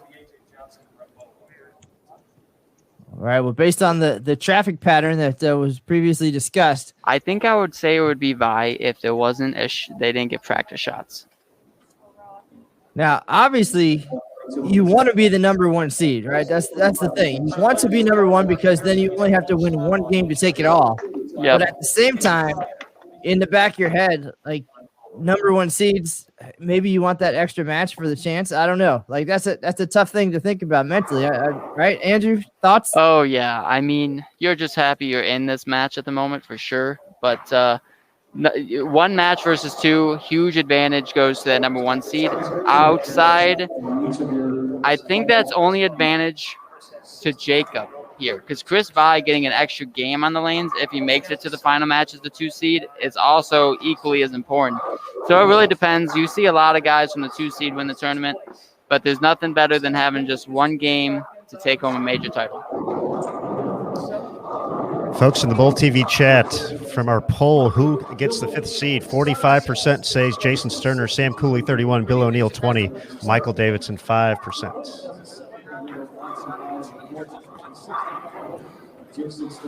I'll tell you what, if you guys wanna hear a cool call, how about Michael Davidson bowling 300 here and Andrew Anderson on the call, his buddy, going crazy. I will go crazy if he has the front 6. Similar to Daryl Waltrip calling Michael Waltrip's Daytona 500 win.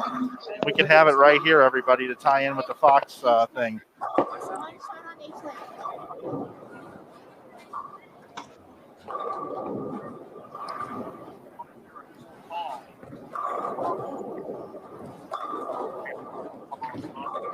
I'm hoping for some drama. I'm hoping for a low-scoring match between Sterner and Cooley, and I want to see these other guys have an opportunity to come up and steal one.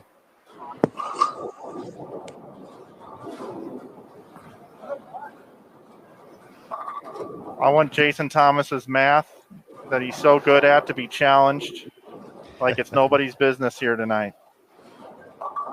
Watching some of these practice shots, guys, I've seen some strange looks from some of the players. Questioning. I mean, you take some time off, you throw it just a little different on those practice shots.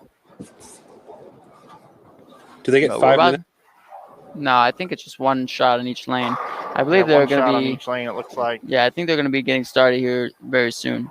Also, everybody, I got a lot of video footage I got to take during this round, and then I've got interviews to do afterwards, and I got to coordinate with Lucas at Flow, and of course, they got to get over for interviews with FS1. So this is going to be me signing off for Bowl TV for the week. It's been a pleasure. It's been awesome. Boys, take us home, and thanks to everybody for watching this week on Bowl TV. Thank you. Thanks, Mike. With Mike heading out, we'll go ahead and bring JT back in for the excitement and the magic numbers. So I think I'm just going to – I have this match in front of me, Jacob and Chris Vi. I'm just going to try to keep you guys updated on that. You guys give me the play-by-play on if Sterner and Cooley are going to keep this close. But I am interested in I'm very interested in this Jacob-Chris match to see who takes on the 1 seed. And folks, once again, you'll have the opportunity to select the channel you want to watch. We're going to hop back and forth and kind of gauge everything as it starts to happen. But we'll start off with the 5-6 matchup. Just 25 pins is separating Jason Sterner and Sam Cooley. Something very interesting, guys, about this 1-2 matchup is this is the first time I've seen Chris Vi throw reactive in match play. Wow. He has gone to a reactive bowling ball, playing a similar part of the lane, but he must feel like there's been a lot of urethane traffic. Hey, Andrew, remember when Chris Vi shot 819? What was the score? 819? 819 pins. I believe he was using reactive during that run. He was on this pattern.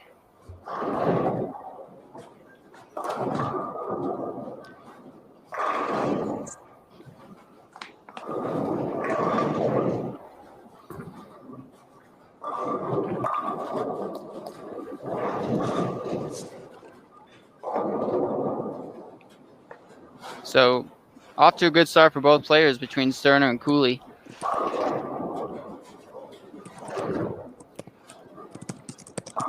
Chris Vi with an early double.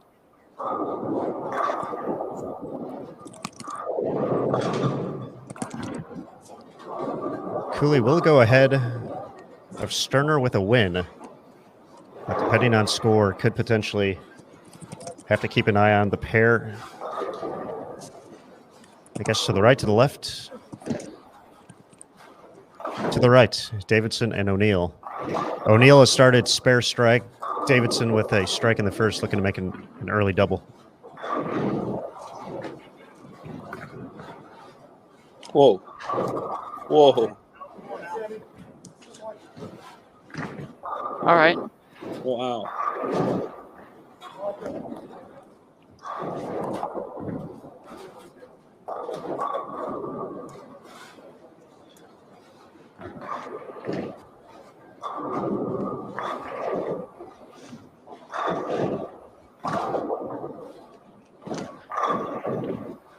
Another scenario we didn't talk about is if Jason and Sam both get off to a really strong start, at what point does Christian and Anthony start to wonder? I mean, there are 90 pins ahead, but 180 comes at you quick. And I know I'm just building some scenarios here, but it would be interesting. Good start for Jason, early double.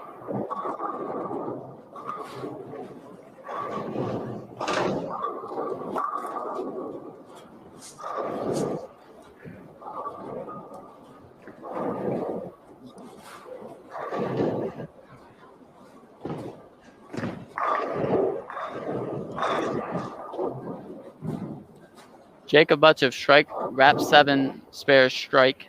Chris Vide double to start going into the third.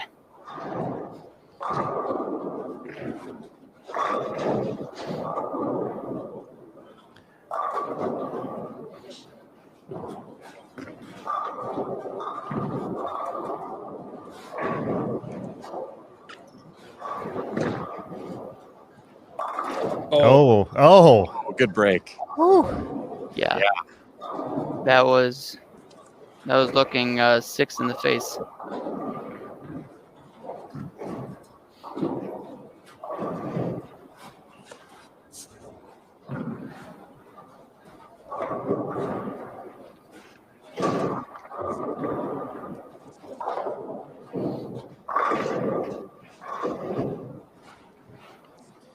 Davidson clean through 3. Strike, spare, strike. O'Neill spare, double. And then a 7-10 in the fourth.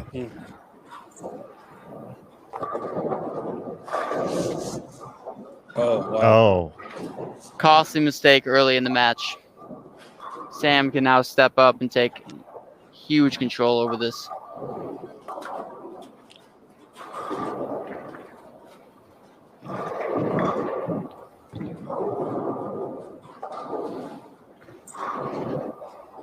Cooley nearly made the charge back at the Masters, falling a 4-pin short. Potentially making the show, finishing in 6th place. He's been on an incredible run these past few weeks. Looking for a little redemption this game.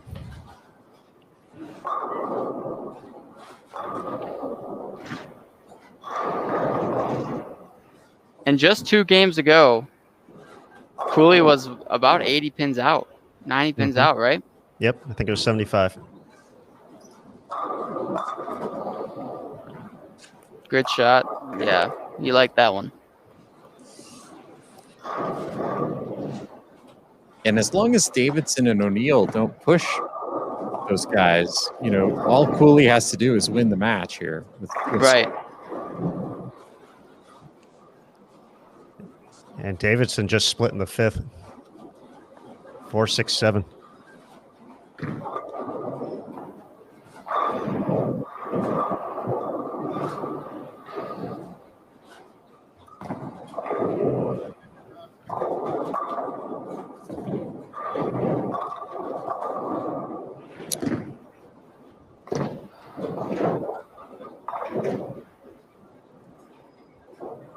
So far, the only movement that's happening is in the Cooley-Sterner match.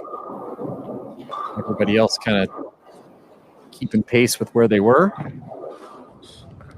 And Sam Cooley just got the Peterson treatment. Front 3 and ball stuck. Not the Randy Peterson treatment. No, the Peterson tournament. Good. That would be the Stone 8. Good one, JT. Very good. And Randy's sitting right here, so I hope he didn't hear me.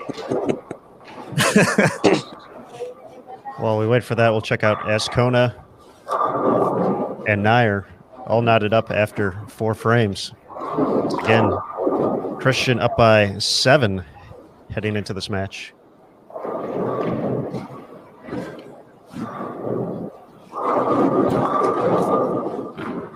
Buttriff, no doubles yet, clean through 5. Vi with an early double, pair of spares after that. And Jacob just has to stay within 17 pins of Vi, even if Vi wins the match. Ooh.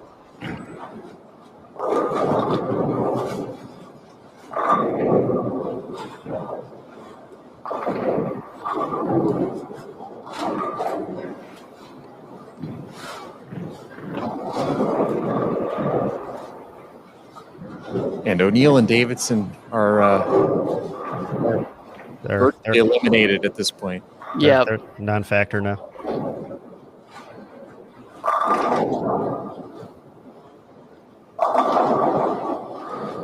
Still waiting to get going on Cooley and Sterner. Well, I'll tell you, that shot by Christian, we haven't seen him do that really all tournament, just where he gasses one and the ball never hooks. Yeah, nerves are catching up, guys. I mean, it's that part of the tournament. I mean, I promise you, Jason Sterner's missed spare was a lot of nerves.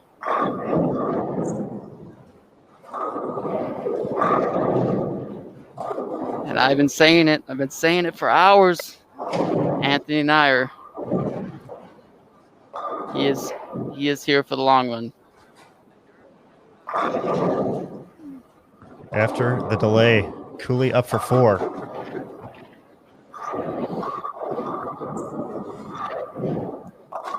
Two huge shots. pick 'em up. Huge shots.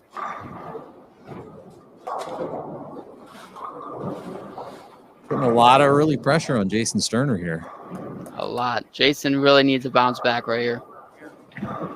He needs 2 really good shots.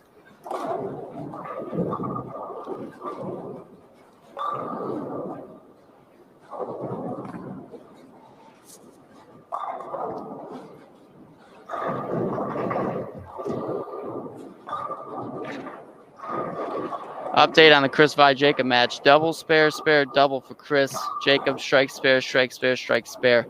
So Chris does need to win by 19 pins, and right now he has a 27 pin advantage. So Jason really needs this one, guys.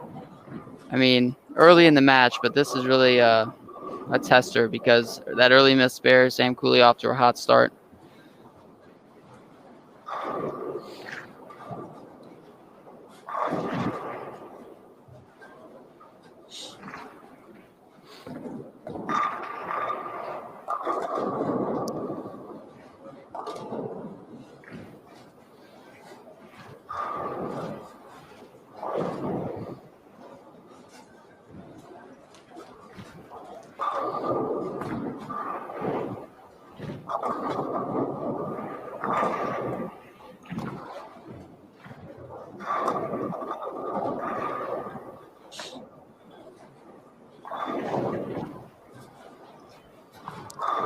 Looks like Ascona, another Oh, wow. leave. Wow. Wow.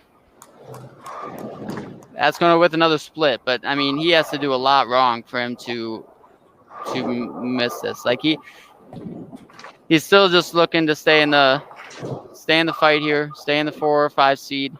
I mean, there would be a lot that has to happen for him to be passed here.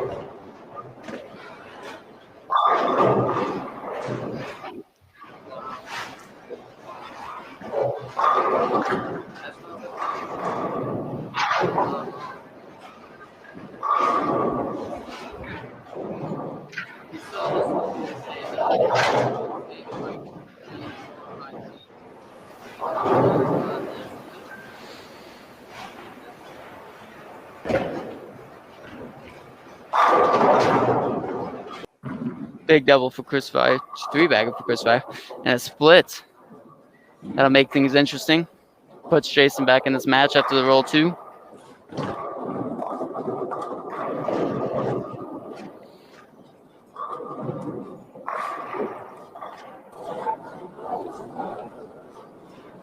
Kona, after back-to-back opens, looking to get something going here. Was up 7. That is quickly gone away.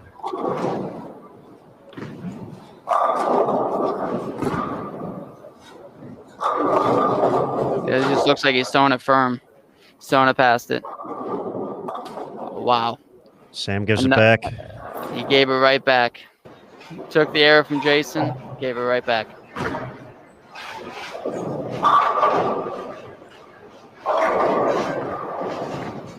Business picking up. Chris Vi. So Andrew, is this the first real pressure Jacobs felt this entire match play is right now? Yep, and yeah, he really needs a W. I mean, Chris looks like he's got it locked in, so we can still put pressure back onto Chris here. JT.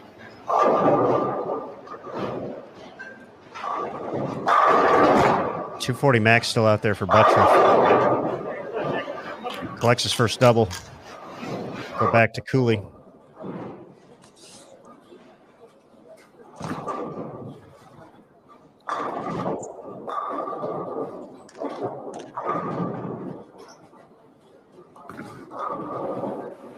All right.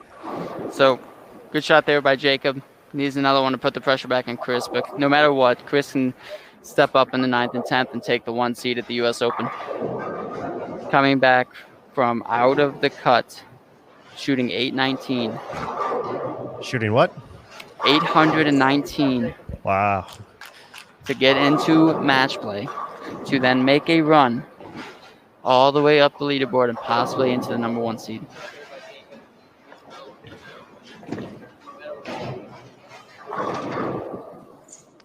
Take a look at Sterner first. A couple frames behind. Essentially, this match all evened up now. They've done the same things, just in different spots. Yeah, it's going to come down to the wire. Jason and Sam, they are a few frames behind, taking a little extra time. Understandably so, given the circumstances. Oh! Wow. Oh, my goodness. Talk about a place for a rocket messenger. Holy cow. So Jacob can still shoot 240. Yep. 267 out there. Chris Vi needs a double. Would need the double, yes. Needs a double. Strike 9 spare would be 56.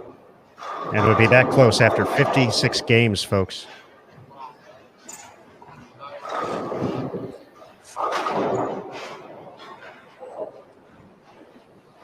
I mean, we've talked about it on the stream already. Chris Vi in major championships, he just knows how to get it done.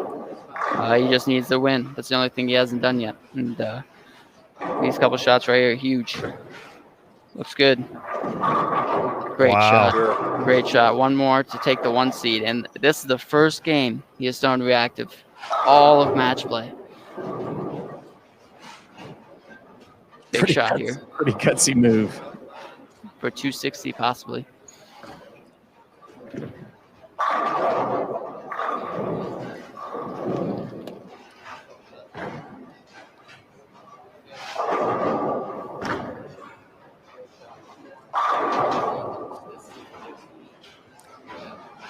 Paramarks gets Anthony Nyer the win in the 3 seed in the 9th and 10th. But to lock up the top seed, Chris Vi, what you got? Wow. Talk about a double. Wow. Talk about a game. Go from urethane to reactive. Comes all the way from outside the cut. 3 games ago, 819. Makes his way all the way to the 1 seed. Talk about some incredible bowling. Jacob Buttriff, 240, and he is locked out. Give him the heater, Ricky. What a moment. Chris Vi, how about that? 266. There's the moment.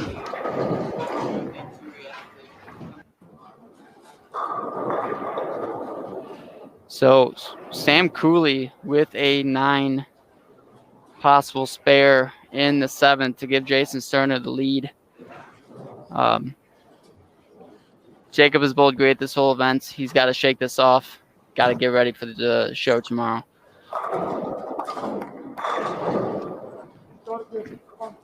another notable. I believe Anthony Nyer needs the first hit in the 10th to lock up the 3 seed and send Christian to that first match. He just needs a any type of mark will do it. Any type of mark? Okay. Any type of mark. Ascona can max out at 215. Anthony with any type of mark is in the 220s.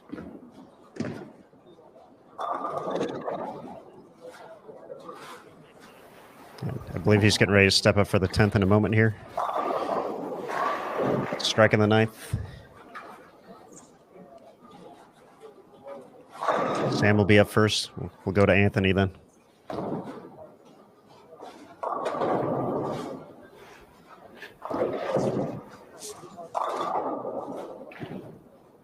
Jacob bowled a good game. He had those 3 wrap 7s in the right lane, just didn't figure it out very fast.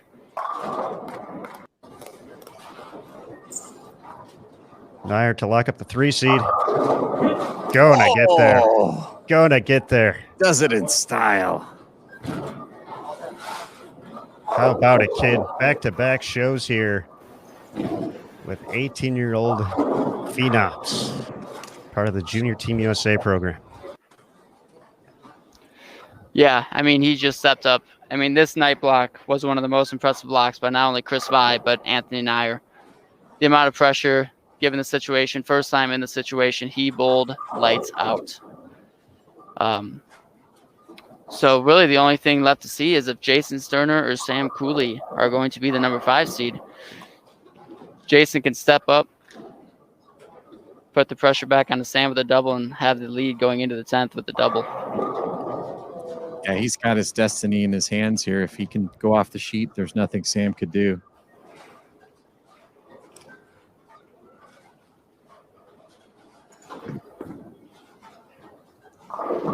Wow. I believe we said 43 games at the Masters. Are we This is game showing 56. The Sterner Cooley match? That's what we're watching right now. We are there.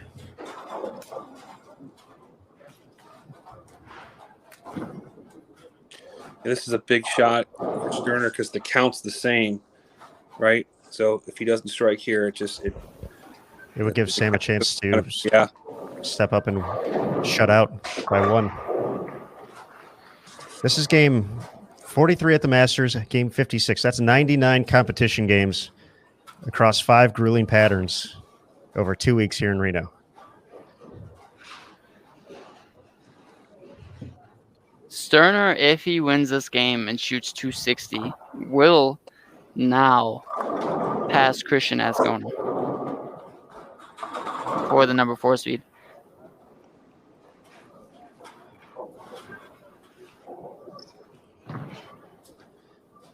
Ascona going to be in the 190s here. Now, if Sterner were to miss here, then Cooley could get up and go off the sheet because of the count. Cooley missed on a Yes. strike. Correct. Yes. So if Sterner were to miss here, Cooley could get up and go off the sheet and punch his ticket to the show. Yes. That looks good, though. Oh, Ooh. Looked like he gave that a little extra.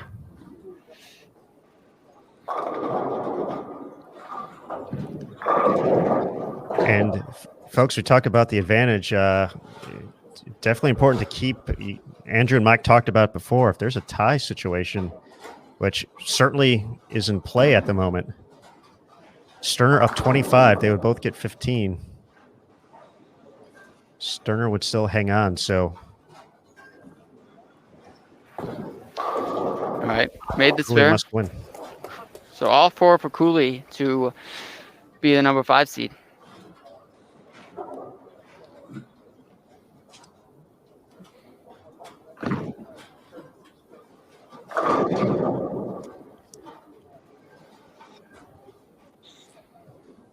Looks like all other matches are complete across the house, from what I can see.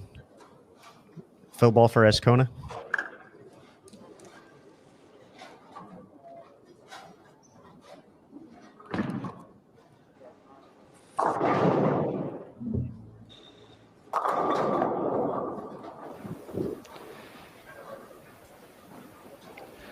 All right, guys.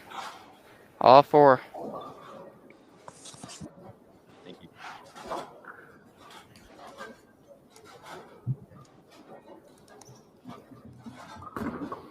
you. Got it there quick. Oh, Oh, through the goodness, heart. Sam. He needs to make this, though. He needs to make this to have a chance still.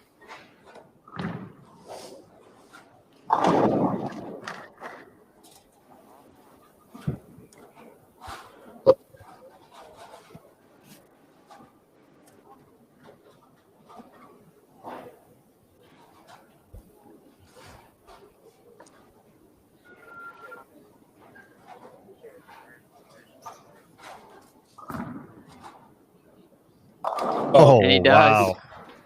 And he does. So he would need all three and an open, I believe, by Sterner. He can shoot 226. 9 out for Sterner would be 223. So Yep. double So eight all to force three. him to mark. Yep. And we do have Chris Vi, our top seed for the U.S. Open, standing by. Chris, congratulations. We'll get to you after this 10th frame wraps up, sir.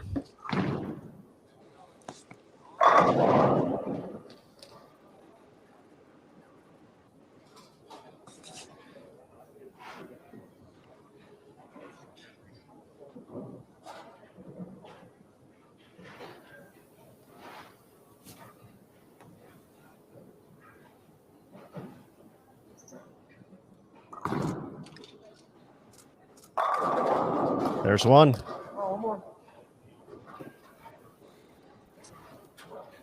Here's one.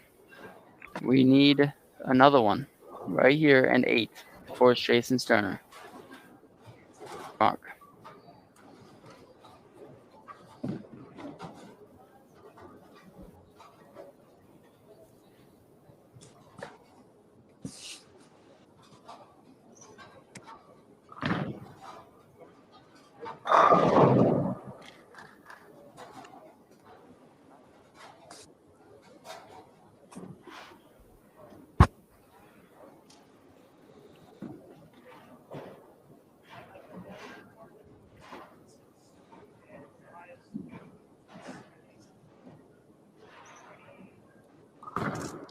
Sam Looks Cooley. good. Great Good shots. count here. 8 pins to force Jason Sterner to mark.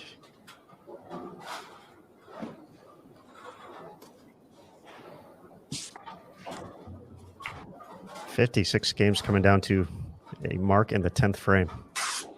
Unbelievable.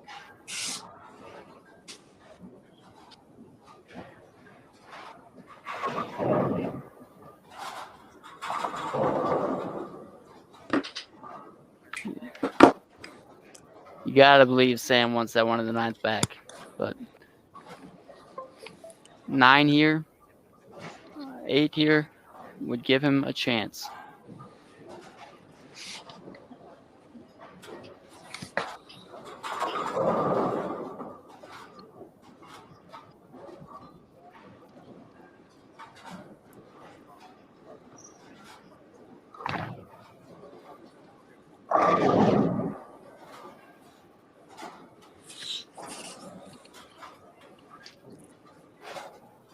All right, let's see what happens. Stepping up, needing 8 to give him a chance at the show at the U.S. Open.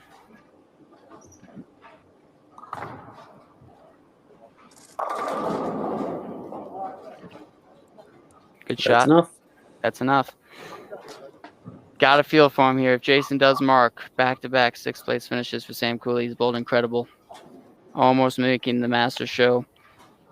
Right here on the cusp of making the U.S. Open show, depending on what Jason Sterner does right here.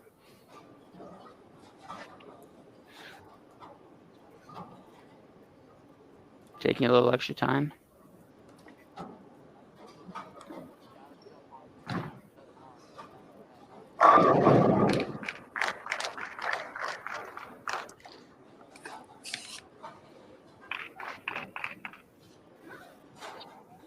All right, 1 mark to be on the U.S. Open show. Now, something interesting here, guys, is if he, I believe If he throws this, That's it. yep. All Wow. right, Sterner on the show. We're going to start chatting with Chris Vi before they have our top 5 introductions. So with that, let's bring him in. Chris, congratulations. You're the top seed. What a performance here this week to make a run in match play to get that top spot. Yeah, thank you very much. It was definitely quite the run, and threw a lot of strikes. So hopefully we can continue that up on the show. Now, Andrew had mentioned throughout all match play, urethane was a choice. That final game, getting the love from Timmy Mack. Got to love it. You went to reactive. What were you seeing out there on that pair, and why did you make that move? Yeah, I actually went to reactive the game before as well. I think I moved down just a couple of pairs. But I actually had just bowled here a couple of games ago, and urethane just looked atrocious. It was just reading the fronts way too much, wouldn't shape down lane. And I actually threw reactive on the fill. It did okay. Then I moved pairs and executed really well and bowled a good game. So talked to my ball reps. I said that we're going to go for it. I need a big game to be able to take that one spot. And that was definitely the aggressive choice. So I wasn't going to shoot a big game with urethane. So I took my chance, and it paid off. All right, Chris, I think the announcements are starting, so we'll let you go for right now. But congratulations once again. Thank you very much. All right, Yeah. folks. Whew, what a performance, right? They are announcing right now. And what I was going to say towards the end of that match is Jason Sterner doubling there gives him the 4 seed. Christian Ascona is now the 5 seed. The only difference there is obviously lane choice, but sometimes it does play a huge portion. So, but not to go unstated how good Chris had a bold match play to not only keep up with Jacob, but then to overtake Jacob. Truly an incredible performance. Hats off to all 5 competitors. Jason Sterner finishing out that 10th frame like a true pro, throwing all 3 to take over the 4th seed. I don't know, guys. That was pretty fun. Thanks for having me. That was a lot of fun to be a part of. A lot of moving parts. I appreciate how much you guys keep up with throughout those blocks. Much more now. Well, Andrew, we appreciate all the insight throughout the course of the past 2 evenings. So, as you said, we enjoy watching you bowl way more than chatting with you, but we enjoyed this opportunity so much. I know everyone on Bowl TV watching, all the fans, all the questions, they loved it as well over the last 2 nights. So, thank you. I appreciate it, guys. And, I appreciate all the love. Hopefully next time I'm out there bowling, but if I'm not, I look forward to our next opportunity at this. All right, Andrew. Thank you again. We'll let you go, and best of luck the rest of 2021 for you, bud. Thanks, guys. Sure. Thanks, Andrew. All right, Nick. What a crazy time here.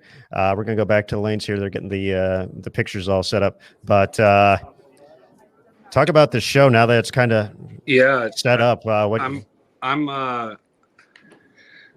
I just the statistics showed that the left side, at least, that I think Jacob would have been better with bowling 1 game and only having it in the lane to himself. So I think that's a disadvantage for him. Anthony Nyer just steal, unbelievable performance tonight. But Chris Vi made the U.S. Open show last year, made the Masters show, just as just got that calm demeanor that doesn't matter if someone's bowling 250 at him or not, he's throwing it well. So I think he'll be tough to beat. But the thing I will say is, on a pattern like this, and we've seen it before, if one of those players in the first match, if they can get their look and get lined up off the corner, and they're hot, then sometimes they can be tough to beat in the step ladder. So I wouldn't count out Jason Sterner right on the ladder and winning the tournament. Excellent stuff. Nick, we're going to go ahead, let you go as well, but thank you again for everything you do for the sport.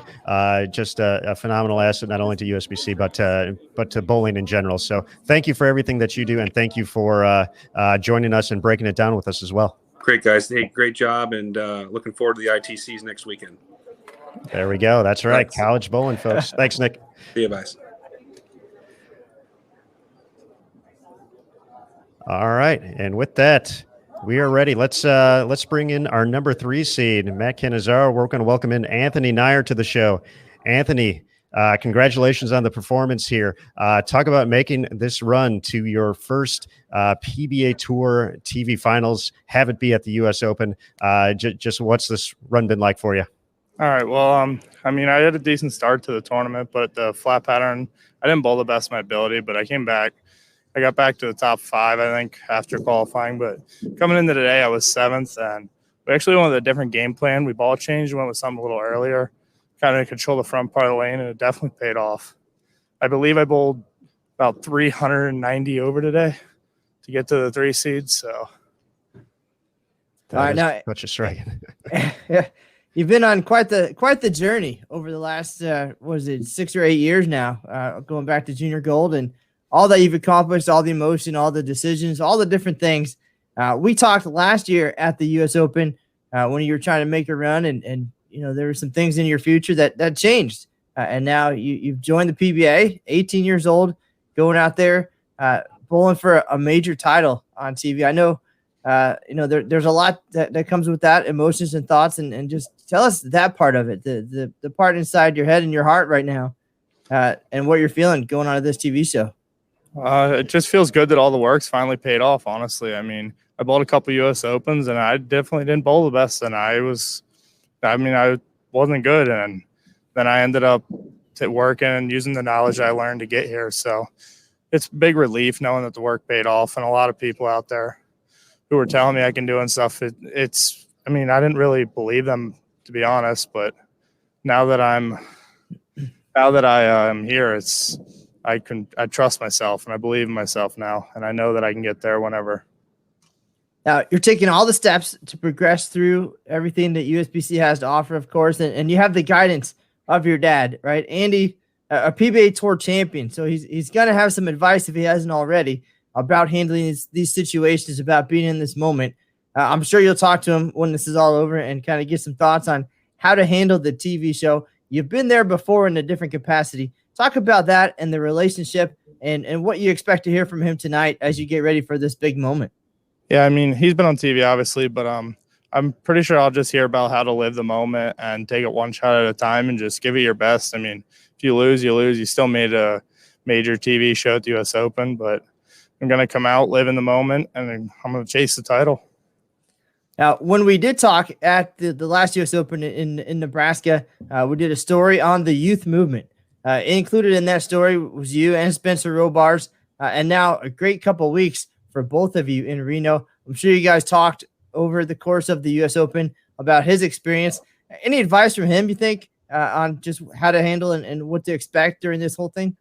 Yeah, we talked. I mean, he said it's going to go by very quick, so just take your time and enjoy the moment while it lasts, because it's not going to last long. I mean, even if you win every game, it's only 3 games. I mean, 4 games. You're right. I mean, it's not going to last long. Just enjoy the moment while it's there. Anthony, as you were making your run to the stepladder finals here, you caused quite a stir in the Bowl TV chat, asking about pineapples being on pizza. So first, we have to find out from you: A, does pineapples go on pizza? And then B, tell us a little bit about the jersey there too. Don't let me down here. Come on. Yes, pineapples belong on pizza. I love it. I mean, let's go. Matt, did you have the other way?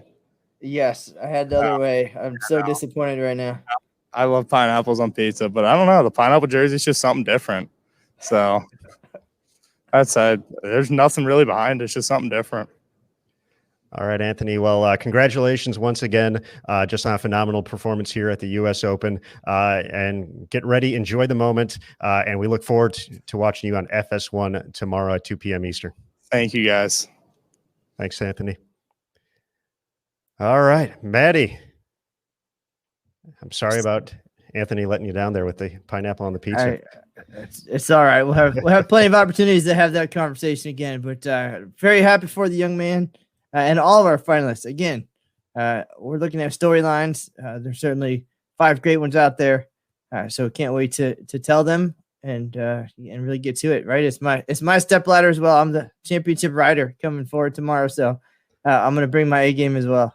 All right, all the hard work leading up to this story coming up tomorrow. But we'll have the full recap available later tonight on bowl.com. But folks, just a big thank you so much for being part of the Bowl TV coverage over the course of the past 2 weeks at the Masters and the U.S. Open. All the folks who have joined us, here in our virtual environment, essentially. So the folks in the chat, folks watching on Bowl TV, folks watching on Flow, hopefully you had the opportunity to check out Bowl TV. $49.95, it's still there. And as we, get ready for tomorrow, just such a big thank you to all the folks who have been there in Reno for the 2 weeks, making sure, that this tournament happened, or these tournaments happened, and that they were conducted safely. So, from all the folks who, the hard planning, the months of planning that went into it, thank you for that. And then the folks who are on site, making sure you all know who you are. You are all phenomenal. And we're very appreciative of everything you guys have done. All the folks here on site in Texas, helping remotely, same to you as well. All the questions and answers about Bowl TV, we appreciate them coming in. And just thanks to everyone for doing the long hours, the work, everything. So you're all MVPs, you're all the superstars out there. But now that we're here at the end, folks, don't forget, we're going to have a pregame and a postgame show. The show's at 2 p.m. Eastern. It's a 2-hour show. At 1 p.m. Eastern, we're going to be live from the NBS, talking predictions, talking to the players, looking at red oil. It's going to be awesome. After the show, postgame, pretty much right after it wraps up, we'll be talking to the champion. We'll be talking reaction to the show. All that'll be here on Bowl TV. It'll be a login only event as well. So if you got some friends who want to check it out, please let them know. That's going to be a good time. But, for Nick Hoagland joining us today, Andrew Anderson the last couple of nights, those guys were awesome, provided so much insight to everybody. We appreciate it. And then finally for the Bowl TV team, Mike Flanagan, what a week or a couple of weeks from Mike. Just an absolute pleasure to work with.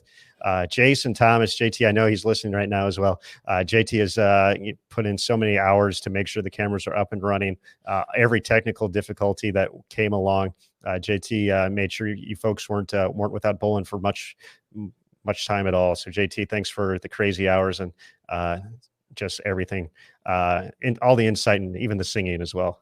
Maybe the singing a little less, but and then Matt, you and I, we've been hunkering down here. The stories late at night, the coverage throughout the day.